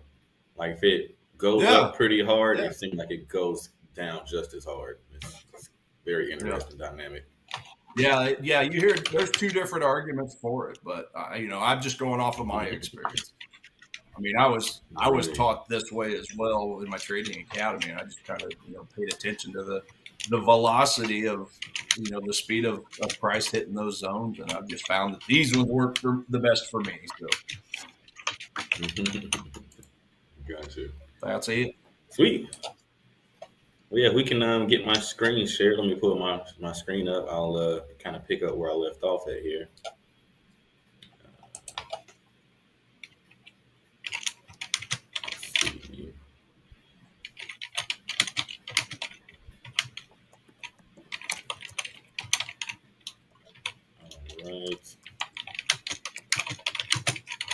Sorry, guys, I'm just typing stuff here in the back. Remember, we got that prize giveaway coming up. So we're just sorting out a little bit of the technicals there. Please stick around. I think that will be in about half an hour's time or so. And then we'll announce the winner of a 10K challenge account. So please stay tuned. Sweet. Well, cool. Let me get my screen shared here. Let me know you guys can see it. Okay, perfect. All right, awesome. So kind of just picking up where I left off at about trading the peaks and the peak high, peak lows, only being interested in level 1 and level 2. Those questions I asked myself: where am I in a cycle?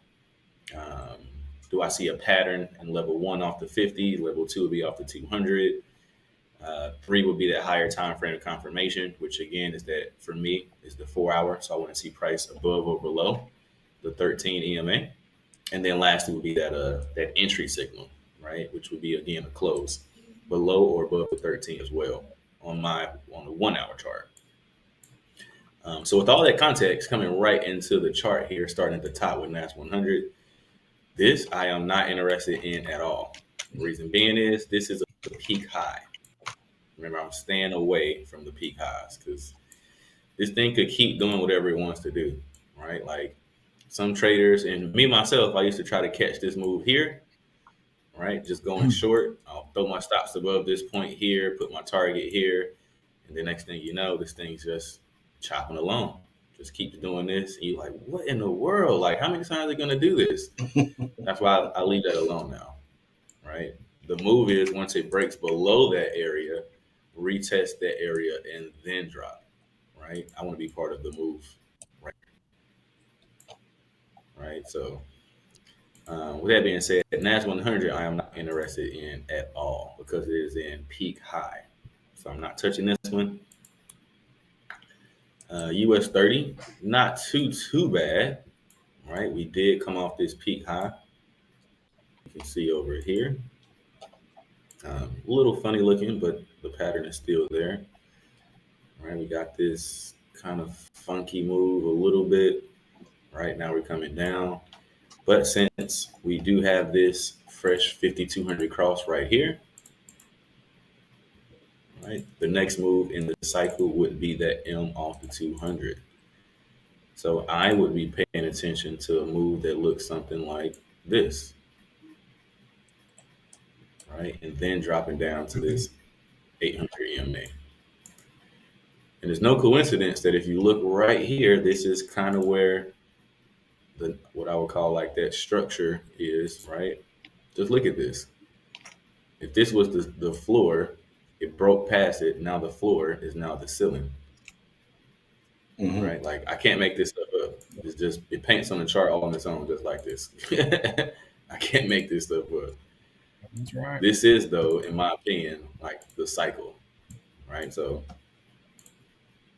in this particular case, I would be interested in a move like this. I will be targeting the 800 EMA, and my stops will go right above this little swing point here.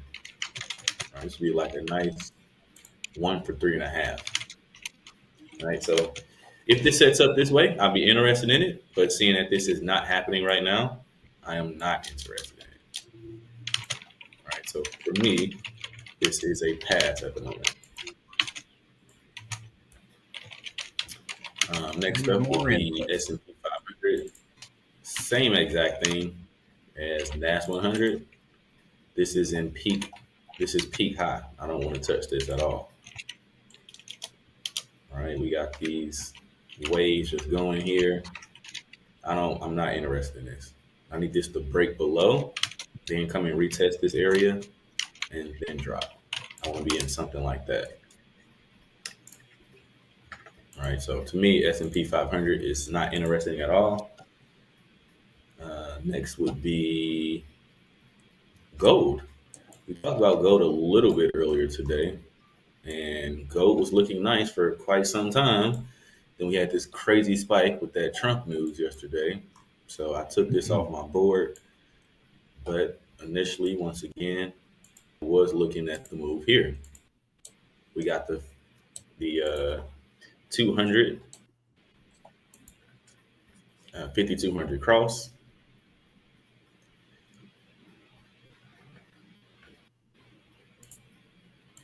Right here.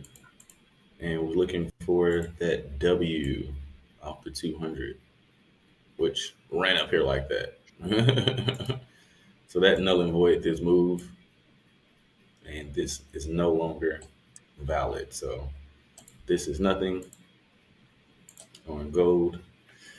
And then we are in silver, right? Silver is the only one that, again, was pretty close today. Not pretty close, it actually confirmed. And we're kind of just sitting right around in between the two entries. We got one entry on here. We got another entry here. So basically hovering a little out of the money, break even on the second position, pretty much the same. All right, so just to kind of recap again, is once we came off this peak high over here, we're interested in those shorts. Reason being is we have this 1350 cross, so we know we're in level 1, right? The 1350 has crossed, but as you see, the 5200 has not crossed yet. So that's how we know we're in level 1. So we're looking for this bounce move, right? Something like just kind of went down, give it like a nice little funny looking M, and then just drop here, right? That's the move we're predicting to happen on this particular setup, which is why we are in it. This is the only one that actually confirmed for me today. In it to win it.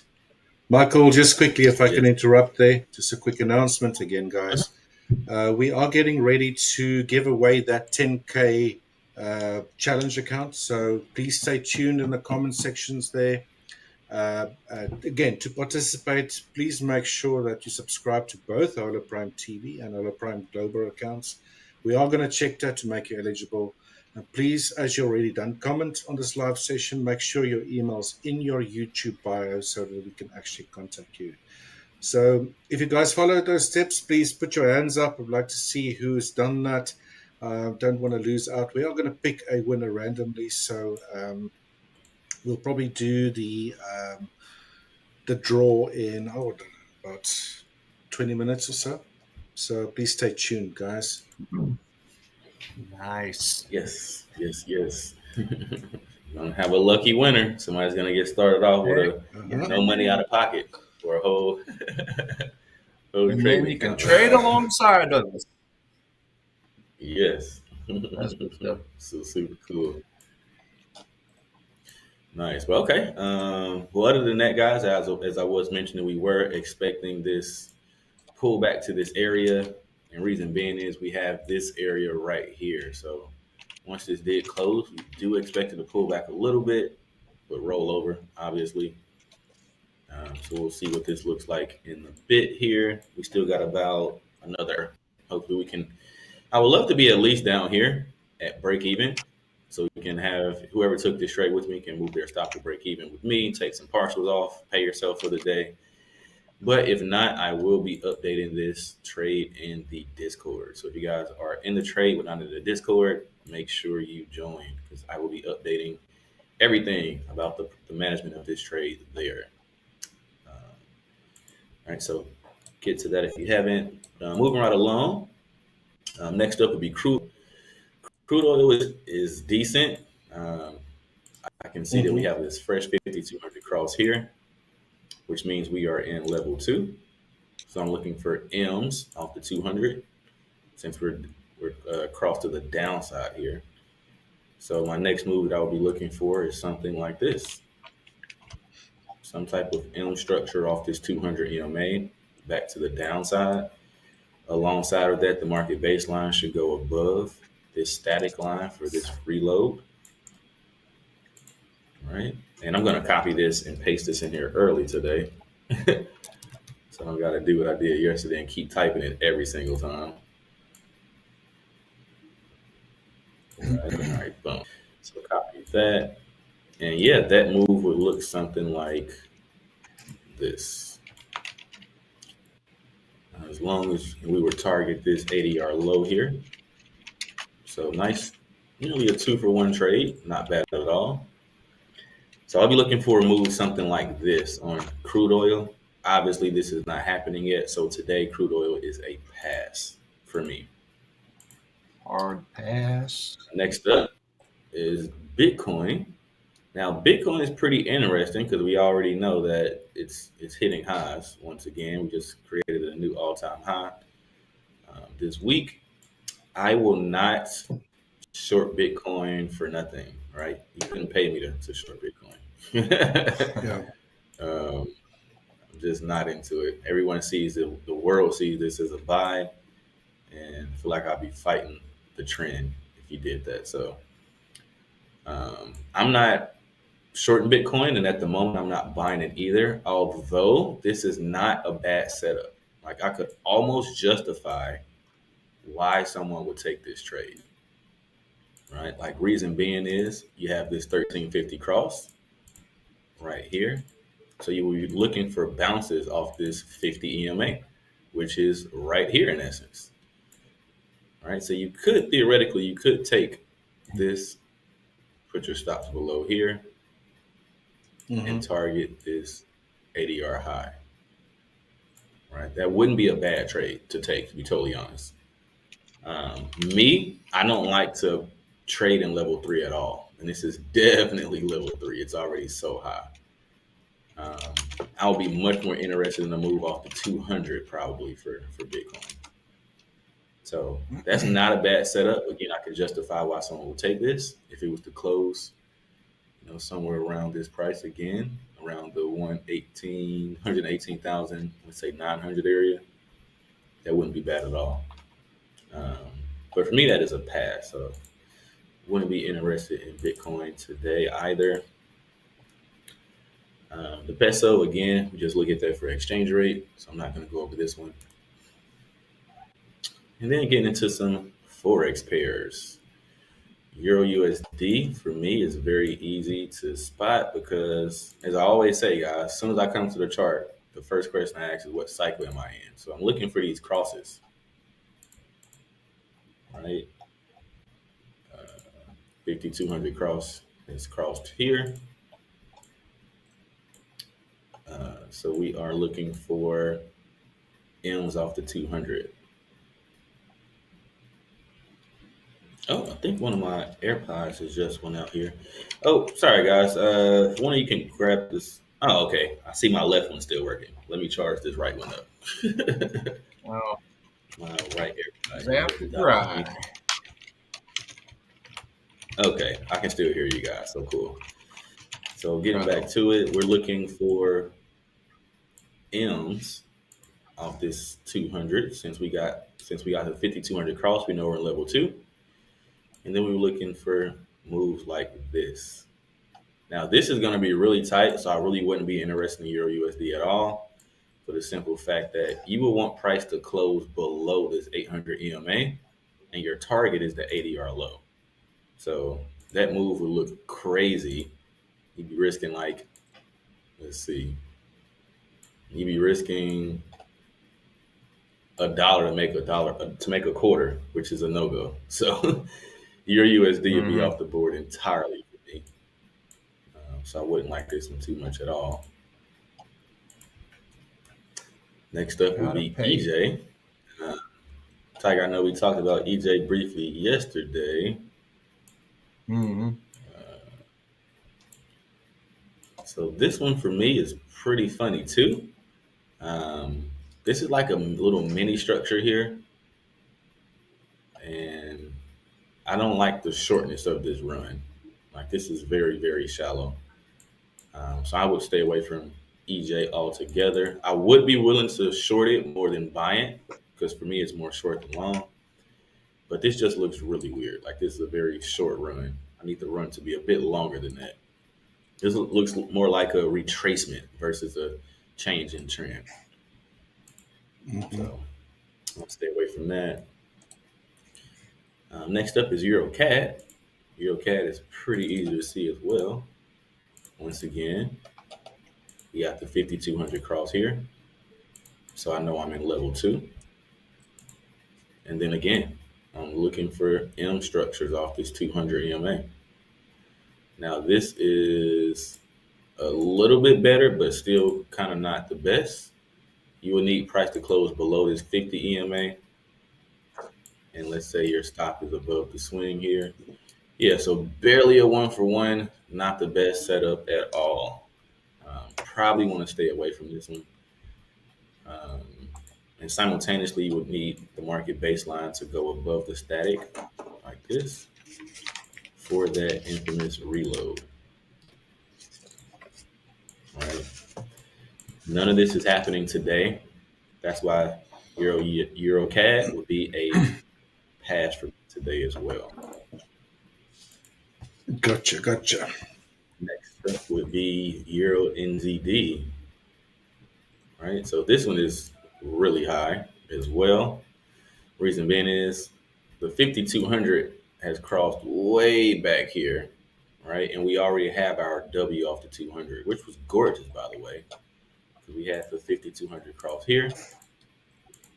And then we had this beautiful W structure off the 200 right here.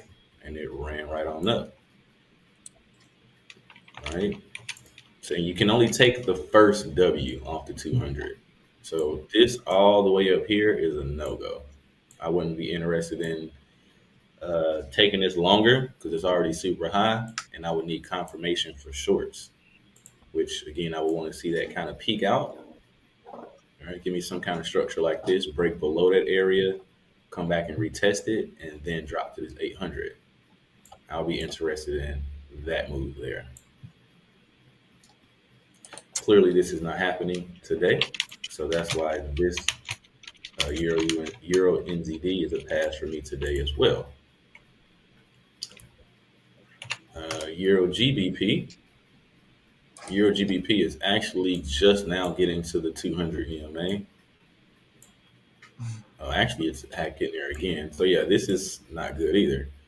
So we got to go all the way back here. And this is what I don't like when you have to do. So if I have to scroll all the way back to see when the cross was, this is way too far. All right. So the cross did happen back here. All right. We had the 200 touched one time. We had it touched 2 times. All right. This is the 3rd time that it's touching it. This is definitely need to peak out. All right. So I want to see kind of like the last one. Some type of M top or peak formation, break that area, retest it, and then drop. All right, I'll be interested in that move. Obviously, that's not happening today, so as well, EG is a pass also. Next up is Euro AUD. Now, Euro AUD is interesting because we have a 5200 cross here that's saying, hey, we're short, right? But at the same time, we're getting across pretty much right now. They're saying, nope, this thing's long. So you got one saying short, one saying long, 2 different biases. This is a pass altogether. I wouldn't even be interested in this at all. In fact, out of all the ones I went through so far, this is probably the worst one. Because you really can't even tell what level you're in. It's one thing to know, hey, I'm in level 3, level peak high or peak low, I can't trade it. Or I'm in level 1, I'm looking for this, or I'm in level 2, I'm looking for that. But to have two conflicting biases and not know what level you're in directly, that's even worse. So I would leave this alone altogether. This is at the bottom of the list. So it's just confused, basically. Yeah, super confused on what's going on. Right. Makes sense. So yeah, next up, GU. We can see a fresh 5,200 cross back here. And Michael, from before there, you go already know on, we're just level a two. quick note. We are getting word that we're almost ready for that winner announcement. So keep going, but just want everyone to know in the chat there, please stay on because we're going to pick a name by random or on random. And if you're not there, then obviously we can't give you the prize. So please stick around a little bit longer. We're almost ready to go and announce a winner for today's morning session. Again, that will be a 10K funded account, which means you don't have to pass any challenges and you'll be locked and loaded to start trading right away. Okay, so super excited. Ooh, wait, so This is the first time we're doing it's a this. funded account, There's not a live challenge sessions, so account? guys, stay on board. It is a funded That's account. Boy. I've just got confirmation from that. So it's been changed from a challenge to a funded, which is even better. So guys, stay on the chat and we'll let you know in just a short while. That's a turnkey system right there. Mm-hmm. Nice. Heck yeah. I'm jealous. I'm going to go add my own comments. Me too. Go in as another account without my name. Just kidding. All right, we're a few minutes away from that still, Michael, so please go ahead. Sorry to interrupt there, but yeah, just had to say that. Exciting news, guys. It's going to be interesting. Fingers crossed. Yeah, Fingers, toes, everything crossed. Right. Nice. Well, sweet. Well, yeah. So yeah, we got on GU, we got this 5,200 cross back here. So that we'll be looking for again is that M off the 200. So I would be wanting to see some type of move like this going back to the downside, right? Because once this 5,200 cross, price has not touched the 200 at all. All right, so we also have the market baseline pointing up. So it just needs to finish pointing up and then come on back down like this. Give us that reload, which is oh so important. For this setup, as I always say, if there's no reload on the M or W's off the 200, there's no trade, right? Come back and do it. Right. They might stop you. So be patient, wait. And that move will look something like this, right? Obviously, that's not happening today either. So for me, GU today is a pass. A lot of passing today. Next up. Yep. That's sometimes that's the name of the game. You gotta pass. I don't like it. That's why when I do take my trades, I'm like, all right, this looks good because I will easily pass up on, a setup because it needs this fine criteria for me to then take it. Right. So just a lot of puff pass. Right. Exactly. So yeah, GJ is ugly altogether. Just way too high. I don't like this at all. 5,200 is way back. Unintended. This is ugly. So we gotta let that one go. Next up would be GA. GA needs to go ahead and turn around as well. We got this 5,200 cross, as you can see. Then we have the move off the 200, and this has already bottomed out and kind of made its move towards the downside. And now it's kind of turning around. So we would want to see something like this, nice little pullback, and then a run on up. And I'll be interested in this move here. right? Retesting the same exact area. So maybe somewhere around here, right? That would be perfect nearly. Clearly that's not happening today. So that is a pass as well. GC looks just like the one we just went through, GA, right? Same exact thing. We got the 5200 crossover here. We got the move off the 200. And then we have this kind of W bottom here. So same thing, want to break up, retest this area, and then run back up. I'll be interested here. All right. Again, I'm literally just going through all the pairs. This is what I do. This is a much slower version of it, obviously. But this is exactly what I do every single day for every single pair to see if it meets my criteria to trade it. It's really just as simple as that. And the same thing over and over. Consistency. Right? Absolutely. Absolutely. So we got this 5200 cross here. All right, what comes after the 5200 cross? You know you're in level 2. So we're looking for that W move off the 200. Right to the upside. Simultaneously, market baseline, we need to go down below the static to give us that reload. Most important parts. I used to trade it with no reload, and man, I swear I just kept losing trades, and I'm like, why is this happening? And then I noticed that I was one of the traders getting trapped, and I needed to wait for them to trap the traders so I can take the ride up or down. So this was a Michael. Sorry, we're just getting word that we have picked a winner by random. Oh, nice. It'll be popping up on the screen very, very soon.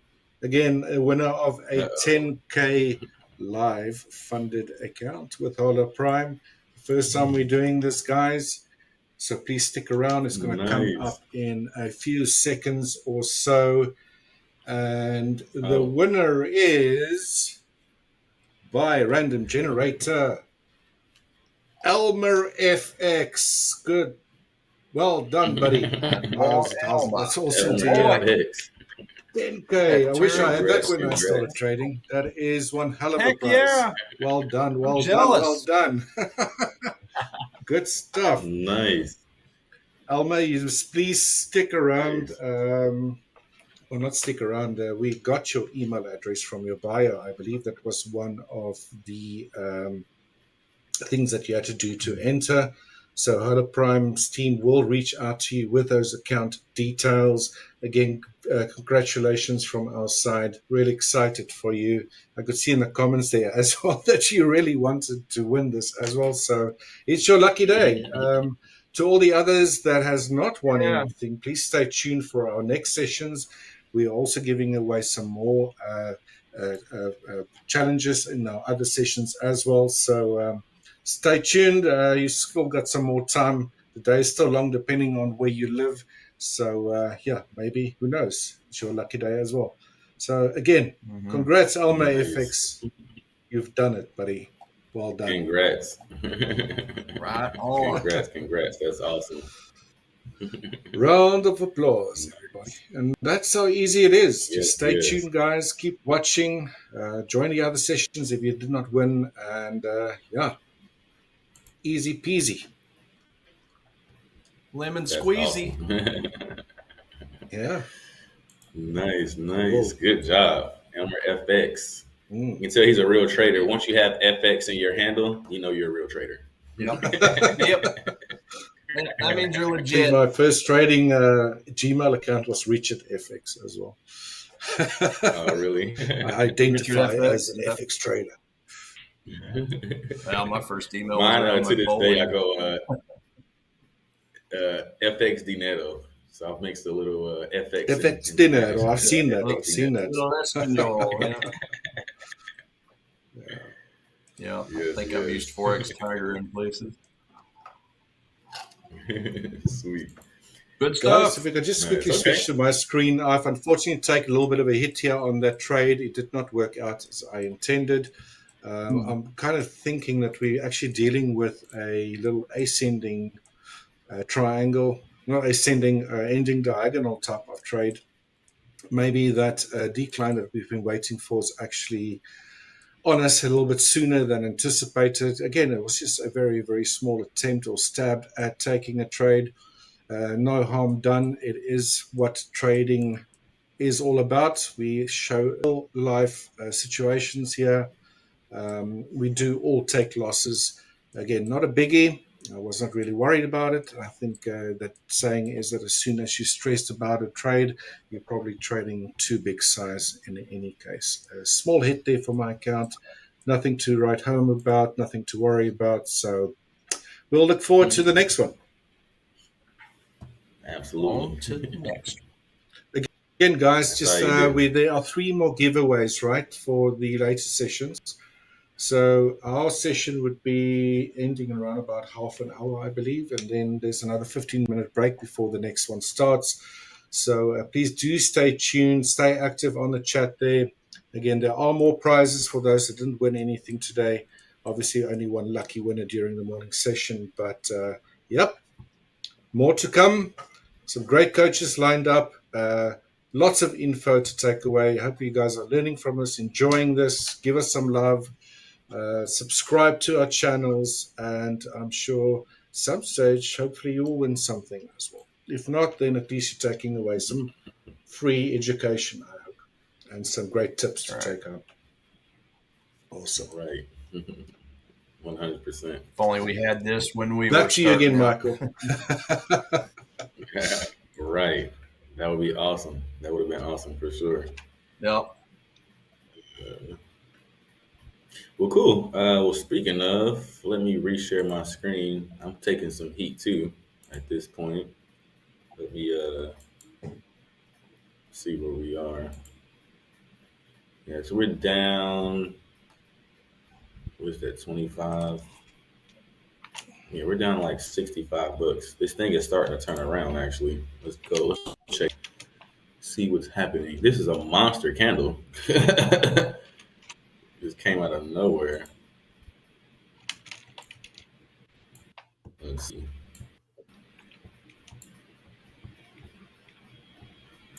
Let me take this off.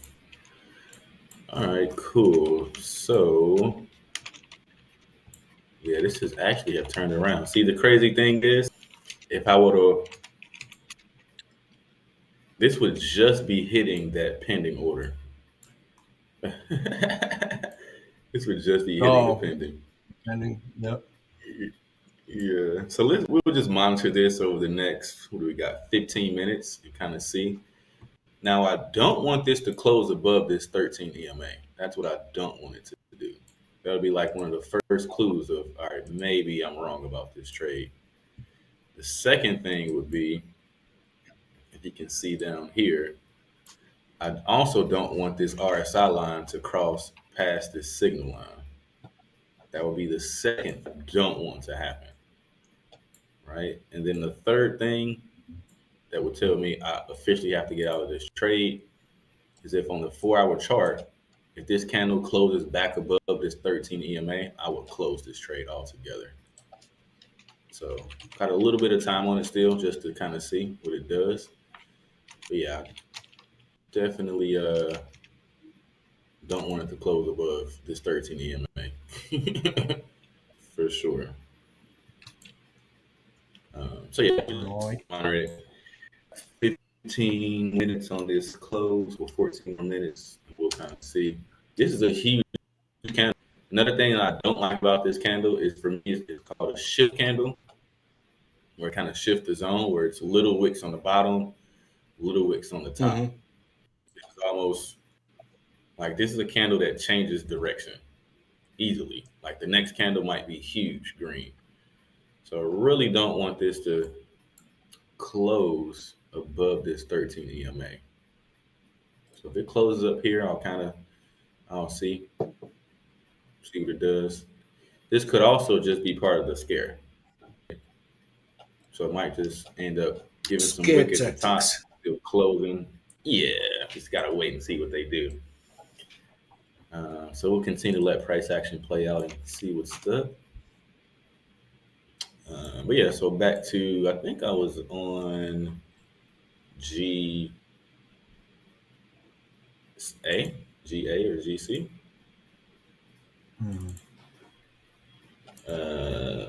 Two of these were the same. Yeah, so I was on GC. Cool. Oh, all right, I was on GN actually. All right, so this is the next thing that I'll actually be looking for in this particular move of the cycle, and then that will look something like this. All right, so I'll be looking for some type of structure off of this 200 EMA. If it looked like this, then I'll be interested in it. All right, but until then, I am not. So now GN is a pass.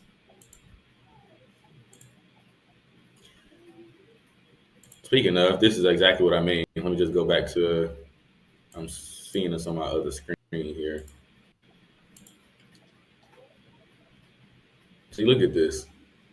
This is what I mean when I say you can't get too emotional with this stuff, for one, because it'll mess you up. But two, these guys are professional scarers. Like, it's the modern day adult version of Halloween. They can scare the mess out of you.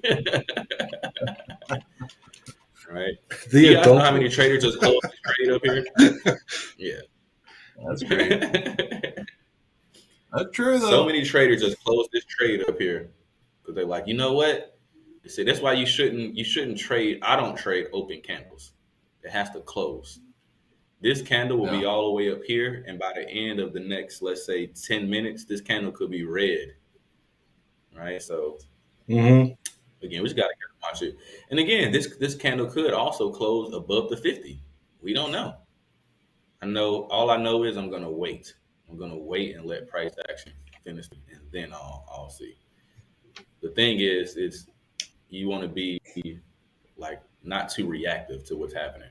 Like, I'll let them do what they're doing, show me their hand, and then I'll decide. Not before.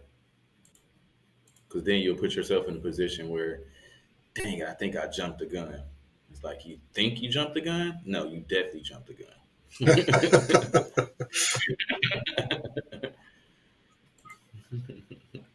So you gotta chill, relax. Well, cool. So next up, we got GF over here. GF is pretty interesting looking. I would, to even be interested in this, I would need to see this 5,200 kind of cross. Right? I want to see both those cross. And then price kind of come up and give me some W structure going long. That way. I'll be interested in it over there. Here, no, I wouldn't touch this for probably until next week, if anything. So today, GF is a pass for me. USD CAD. USD CAD was not bad, actually. Reason being is we had this fresh 5,200 crossover here. Right? And then we're looking for that W off the 200. Now, this is ugly. I would not take this because for me, I don't take trades when it's outside the band like this. So if you look at this TDI here, you can kind of see that this move is outside the band. I would have wanted to see something like this inside the band, and then I would have taken it. I would feel comfortable with that. There's no real pattern here. Remember, number 3 on that list is where am I in the cycle? Number 2 is the pattern. There's no pattern here. Right? This kind of just went up. I would have been looking for something more like this and then running up. So the fact that it just ran up like that, there was no room to get in. This is a pass. Right, so nothing on that. Yeah, go ahead and let that one go. UF, this is another one that threw one of those crazy huge wicks during that little Trump tweet or whatever he said. I don't even know. So huge red candle here. So yeah, this is nothing. This is a lot of trap volume. I wouldn't want to trade this long because there's no move. And I definitely wouldn't want to trade it short because of the trap volume. So altogether for me, just like gold, because of this wick, this is a pass altogether. So I wouldn't touch that one. UJ is interesting and easy to see for me because we have this fresh 5200 cross here. Right, and if you see the cross, if you look, price has not touched the 200 since we had this cross. Lets me know we're in level 2, and we want to look for W's off this 200 EMA. Simultaneously, you can see the market baseline is kind of drifting down. I want it to finish doing that and create that reload. It looks something like that. And then, of course, that move will look something like this. Targeting these highs, stops below the swing point, and that's a nice 2-for-1. Not bad at all. Of course, this will take a second to happen, so this is a pass as well. And then we have good old ACAD. ACAD is easy to see as well. Got this fresh 200 cross. So as usual, we know we are in level 2.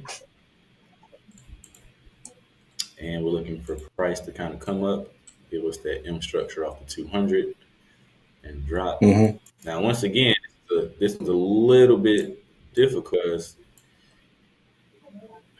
reason being is you have this 800 EMA here, right? And price will need to close below the 800.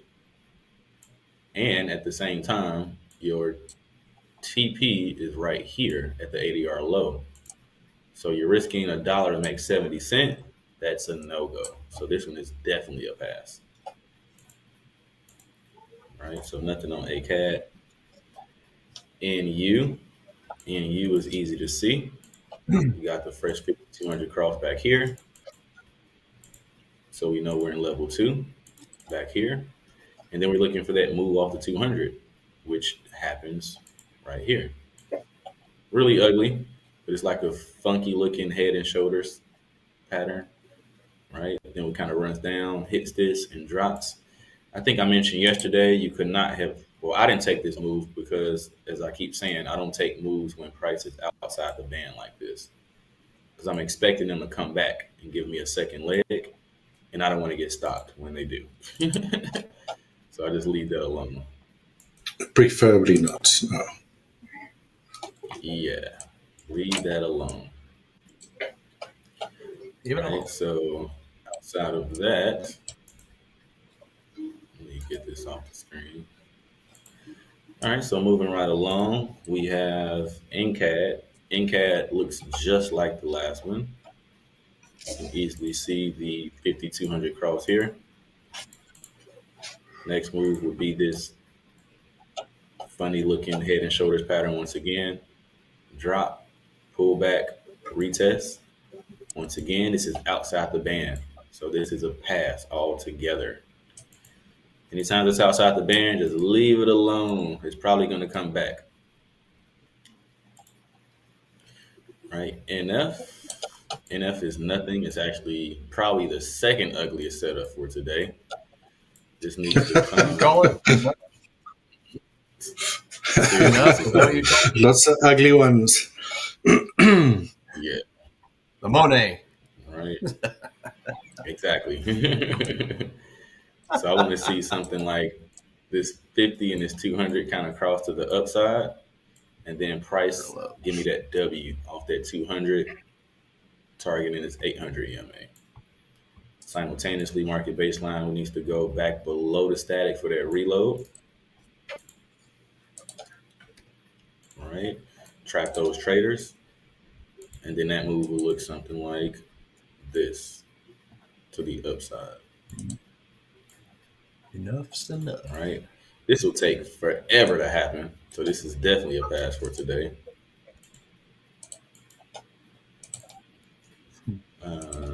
Then we got AU. If I got an alert over here, let me take this off. It's been a funny old week thus far, to be honest. It really has. There's been volatility with them, but it's I find it's a little bit more active than this. Yeah. But Well, we're especially not with in the surprise control of the markets. gains. No one is. Well, the volatility Right. index, where are we at with that? Yeah, it's still in the 17 area, so quite low. Okay. Just dangerously low right now on the VIX. Right. Yep. So on AU, I think I only got a few more here. Let's see. Can I finish these up? Okay. One, two. Yeah, I still got a few more actually. I'll try to speed it up here. Cool. So same thing with this one, right? We got the 5200 cross here. So the next move we know is the M off the 200.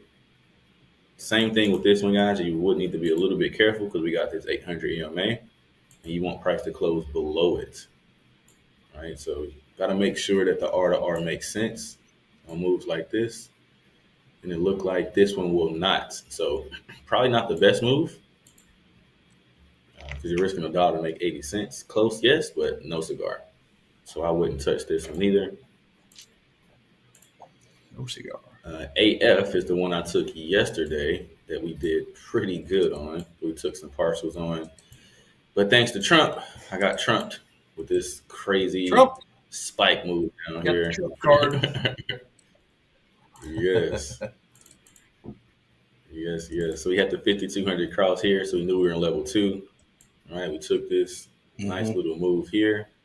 Move stopped to break even here. We were so close to the target. And then the news came out and it just dropped. So I didn't make that second part of the move. So of course today this is nothing. This is a whole pass today. EF is actually setting up maybe to be something tomorrow. And reason being is you can kind of see this peak low action coming over here. Right. So I'm looking for this to kind of come up, bounce off this 50 and then run up. This would be a nice move actually if it does. Oh yeah. Right. Same exact pattern, right? Like when we do the peak low, run up, break that area, retest, and run up. This is what we'll be looking for, right here. This is my favorite setup, favorite. So super nice here. All right. So we'll wait to see what goes on with that one. CAD yen. CAD yen is really high. This is nothing. This needs to peak out and then kind of turn around. FJ has a short run. It's more like a retest. I don't like this at all. This is really ugly. So I would just pass on this one altogether. CAD Swiss kind of is nice. We got a fresh 5200 cross here. So I know I'm in level 2. And then I want to get some type of action off this 200. Give me that W structure going long. Right, simultaneously see the market baseline go below the static, back above for that reload. Right, and then that move will look something like this. As long as the R to R makes sense, I would target this 800 actually. Stops below the swing. This is a nice, nearly a 3-for-1. Yeah, this will be a nice one later on. CAD Swiss. We'll make sure we're checking that one out. From there, we got AUD NZD. This is really ugly. This needs to, we got this peak top here, right? But I don't like this because remember I said once the 1350 cross, I want to be on the ride the first time towards the 200. This one has already touched the 200, so this is a pass. I wouldn't take this until the 5200 crossed. Price came around and gave me that M off the 200. You can't take the level 1 move in this one. I will only be interested in the level 2 move. Gotcha. Again, price has already touched the 200, so I don't want to be on the second ride. Only the first one. We got AJ. AJ looks just like AN, so there's no need for me to really go over that one. This looks the exact same. Price already touched the 200. And NJ, same exact thing. Price has already touched the 200 after the peak. All right, so that is that. I'll go back to silver really quick. This is not looking good. I'm still going to hold on to this because price has not closed above on the 4-hour chart yet, and I would have to keep everyone updated in the Discord. All right, so this did look like this. Gotta zoom in. Oh, look at that. It's like right on the 13 line. They are so funny for little stuff like this. Yep, picking So on you. Like literally, they could have closed up here and closed below. They closed right on the line. Who are they, Picking Michael? on you alone. They are is the market makers. Yeah, for sure. Yep. It was me taking the other side of your trade.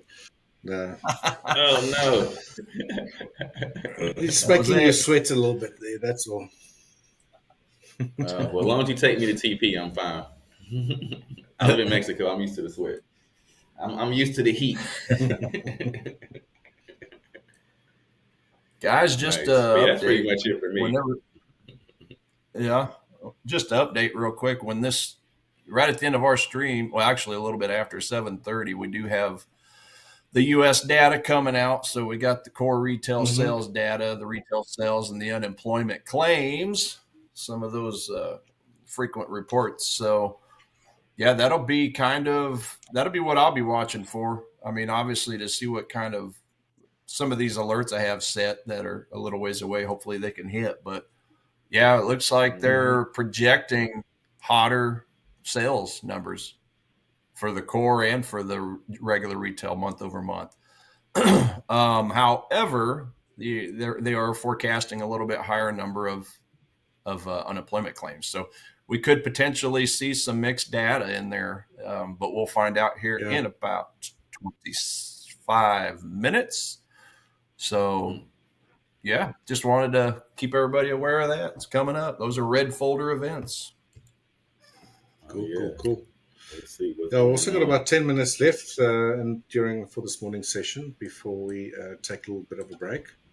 Well, we will take a break for the rest of the day. I believe, Tiger, you'll be on again later, right?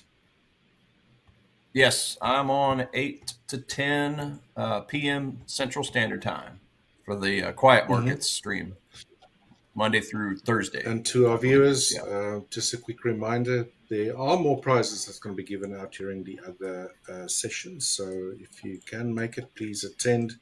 Who knows, maybe this is your lucky day as well. Quick note to Elmer FX, our team is on it. So they will be emailing you shortly if they haven't done so already. You should get all those details, account details, etc., momentarily. Nice. This guy won a free funded 10K account. You gotta love that. Oh yeah, that's freaking You awesome. can't beat it. It's not just every day those things are given away. Not unless you jump through a lot of hoops. Yes. But, Oh yeah. It's passing the accounts. That's the difficult part, right? So just do take it carefully when you do get a funded one. Treat it as a pot of gold, and hopefully, you'll be able to generate some cash. That's right. And just to finish on my trade that I've got open, the Swiss Japanese yen. It's one I opened overnight last night. So I'm in a little bit of a drawdown myself, but I think we're only down about 20% of my stop loss range. So, but I got mine open for more of a multi-day trade. So if and when that gets anywhere near a stop loss or a take profit, of course I'll update it, whether it's on stream or on Discord. But it's funny, Michael, you were talking about EJ earlier. It's one that I'm currently interested in looking at getting in, but again, I'm already in a Japanese trade. So just that's something that's good to point out. Since I'm already in a Japanese trade, with the Swiss Jap. Even though I like the Euro Japanese yen, I prefer personally just to keep my risk on one pair for any one given currency, if that makes sense. So, yeah, last thing I really want to do is get in this EJ trade, even though I'm already in a CJ trade. So, yeah, just wanted to point that out. That's keeping me out of it. And plus, I don't really like the volume coming out of the zone. I can show it to you real quick if we want to switch to my chart. Mm-hmm. Oh yeah. Okay. Yeah, let's go ahead and switch to my chart real quick. We got a few minutes. As soon as that pops up, take a little bit of look at this EJ, Euro Japanese yen. Nice uptrend overall, but just kind of zooming down into the smaller time frames. I did notice this 30-minute demand zone candle right here with 1, 2, 3 nice, good-looking green candles coming out of it. Now, the knock on this is the volume. So it's not the greatest volume underneath. Okay, that took place basically Wednesday. Let's see here. Yeah, it'd been yesterday. But it just after hours, right around the beginning of the Asian session, even though price moved up quite a bit there, it just did it on low volume. So I kind of consider this a false move. This is where I really pay attention to the relationship between effort and result. So effort is the amount of volume, and then the result is obviously the price action. So if we have a big increase like this, then I would expect to see a big volume spike. But we didn't really get a ton. I mean, we started to get some volume on this candle and this candle. So I guess it looks good from about that point. But I care about the origin of the strong move. The origin is down here, and it's just not that much volume. I mean, it's I can X into that real quick. Yeah, I mean, you can see it's just, these blue candles down there. Blue candles means lower than normal, volume. And then obviously the green is normal volume. Yellow is elevated volume, and the red is just super extreme volume. So, yeah. So because of that reason alone right there, effort and result just aren't matching up. I've got an alert because I'll still keep an eye on it if and when it touches. Mm-hmm. But probably not going to get in a trade. And if I did, it would only be a tiny, tiny percent. 0.1 lot or something like that. But I just wanted to point that out just so people understood. That's something that you can take a look at on your own time. Just study, just take a look at effort versus result. It's Wyckoff theory. It's part of the accumulation distribution model. But it does. It helps me to make those decisions when I'm trying to buy or sell in supply and demand zones. So it could potentially help you too. Nice. But, All right, guys, 5 minutes to go. You've got any more questions coming in? Maybe you can take a little bit of time to answer some questions there. Again, just as a reminder, after our session, there will be a 15-minute break, and then you have to please stay tuned for our pre-market pulse session, which would be then 15 minutes after we get off the stream. So, please do stay tuned. Again, we are still going to give some more prizes, big prizes ahead for you guys. So if you want to win that, please stay on board. And to all those that can't make it, well, thanks for joining. It's great being in the chat today. Good to see. Really enjoyed that. Again, we've got about 4 minutes or so left. And Master G. Daniels. I think we're doing 50K and 25K accounts still to be given away today. So if that's not a reason to stay on, then I do not know what is. It'd be like Elmer FX, get a free account today. Elmer FX, lucky day, right? Lucky day. Today. When he woke up today, he was not expecting a free funded account, I'm sure. Definitely not. I didn't even know that Hola Prime was going to be so generous, to be honest with you. But I know. Gotta love it.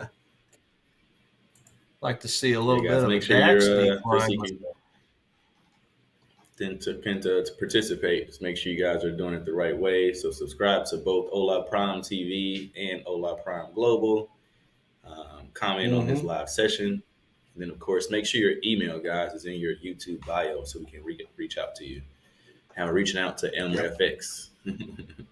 And just like we did today, those winners will be announced live.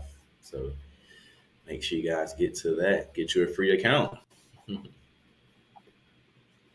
Here's another one I'm looking at, y'all, on DAX. Got me a nice little daily demand zone here. Big push up. Really like that. And then the same thing on a 4-hour. This is my favorite 4-hour zone within a daily. A+ setup. Fundamentals are good. I'm getting a plus. What am I getting? +6 bullish bias. That's it. You just give me a drop into that zone. Stop loss below. It's one of my favorite ones at the moment. Little DAX action. Little bit of DAX. We've got one more question before we end today's session. It is from Master G Daniel 51, asking, how do we reduce overconfidence in trading? So it must be going pretty well for you, Master G, if a little bit overconfident. I mean, that can be just as dangerous, right? I think there's nothing wrong with being confident, as long as you don't, become a cowboy and start trading bigger size, for example, breaking your rules. And when you do actually get into a winning streak where, let's say, you got 4, 5, 6, 8 trades that all went your way, then be careful. There's that one that's around the corner. You don't want that one that you're going to take a loss on, wipe out all of the wins that you've made as well. So I think it is fine to be confident. You need to be confident as a trader. But yeah, overconfidence, how to reduce that? I don't know. Maybe take a break. Take a break for a day or so. It can also be dangerous. It can be a very, very bad emotion to trade with, overconfidence. Yeah, just keeping everything the same, consistency. I mean, win or lose, consistency is the key. Yeah, absolutely. Keep it the same. Nope. That's it. But guys, I think that is it for today. To all our viewers, thank you very much for the participation. Again, Elmer, FX, but you are the lucky one for this morning's session. All those that did not win anything, don't worry. Please stay tuned. There are way bigger accounts to be released a little bit later on. I hope you enjoy the other coaches' analysis and their trading session as well. We'll be back tomorrow morning, same time. I would like to say same place, but we're from different parts of the world. But we'll be in our seats, sitting, waiting for you guys, and hopefully you can join us again. Again, stay tuned for the pre-market pulse in 15 minutes' time. From my side, all the best. Have a great rest of your day and safe trading. Cheers, Michael. Cheers, Tiger. Have a good one, guys. See you guys tomorrow. Hola Prime. Trade with transparency.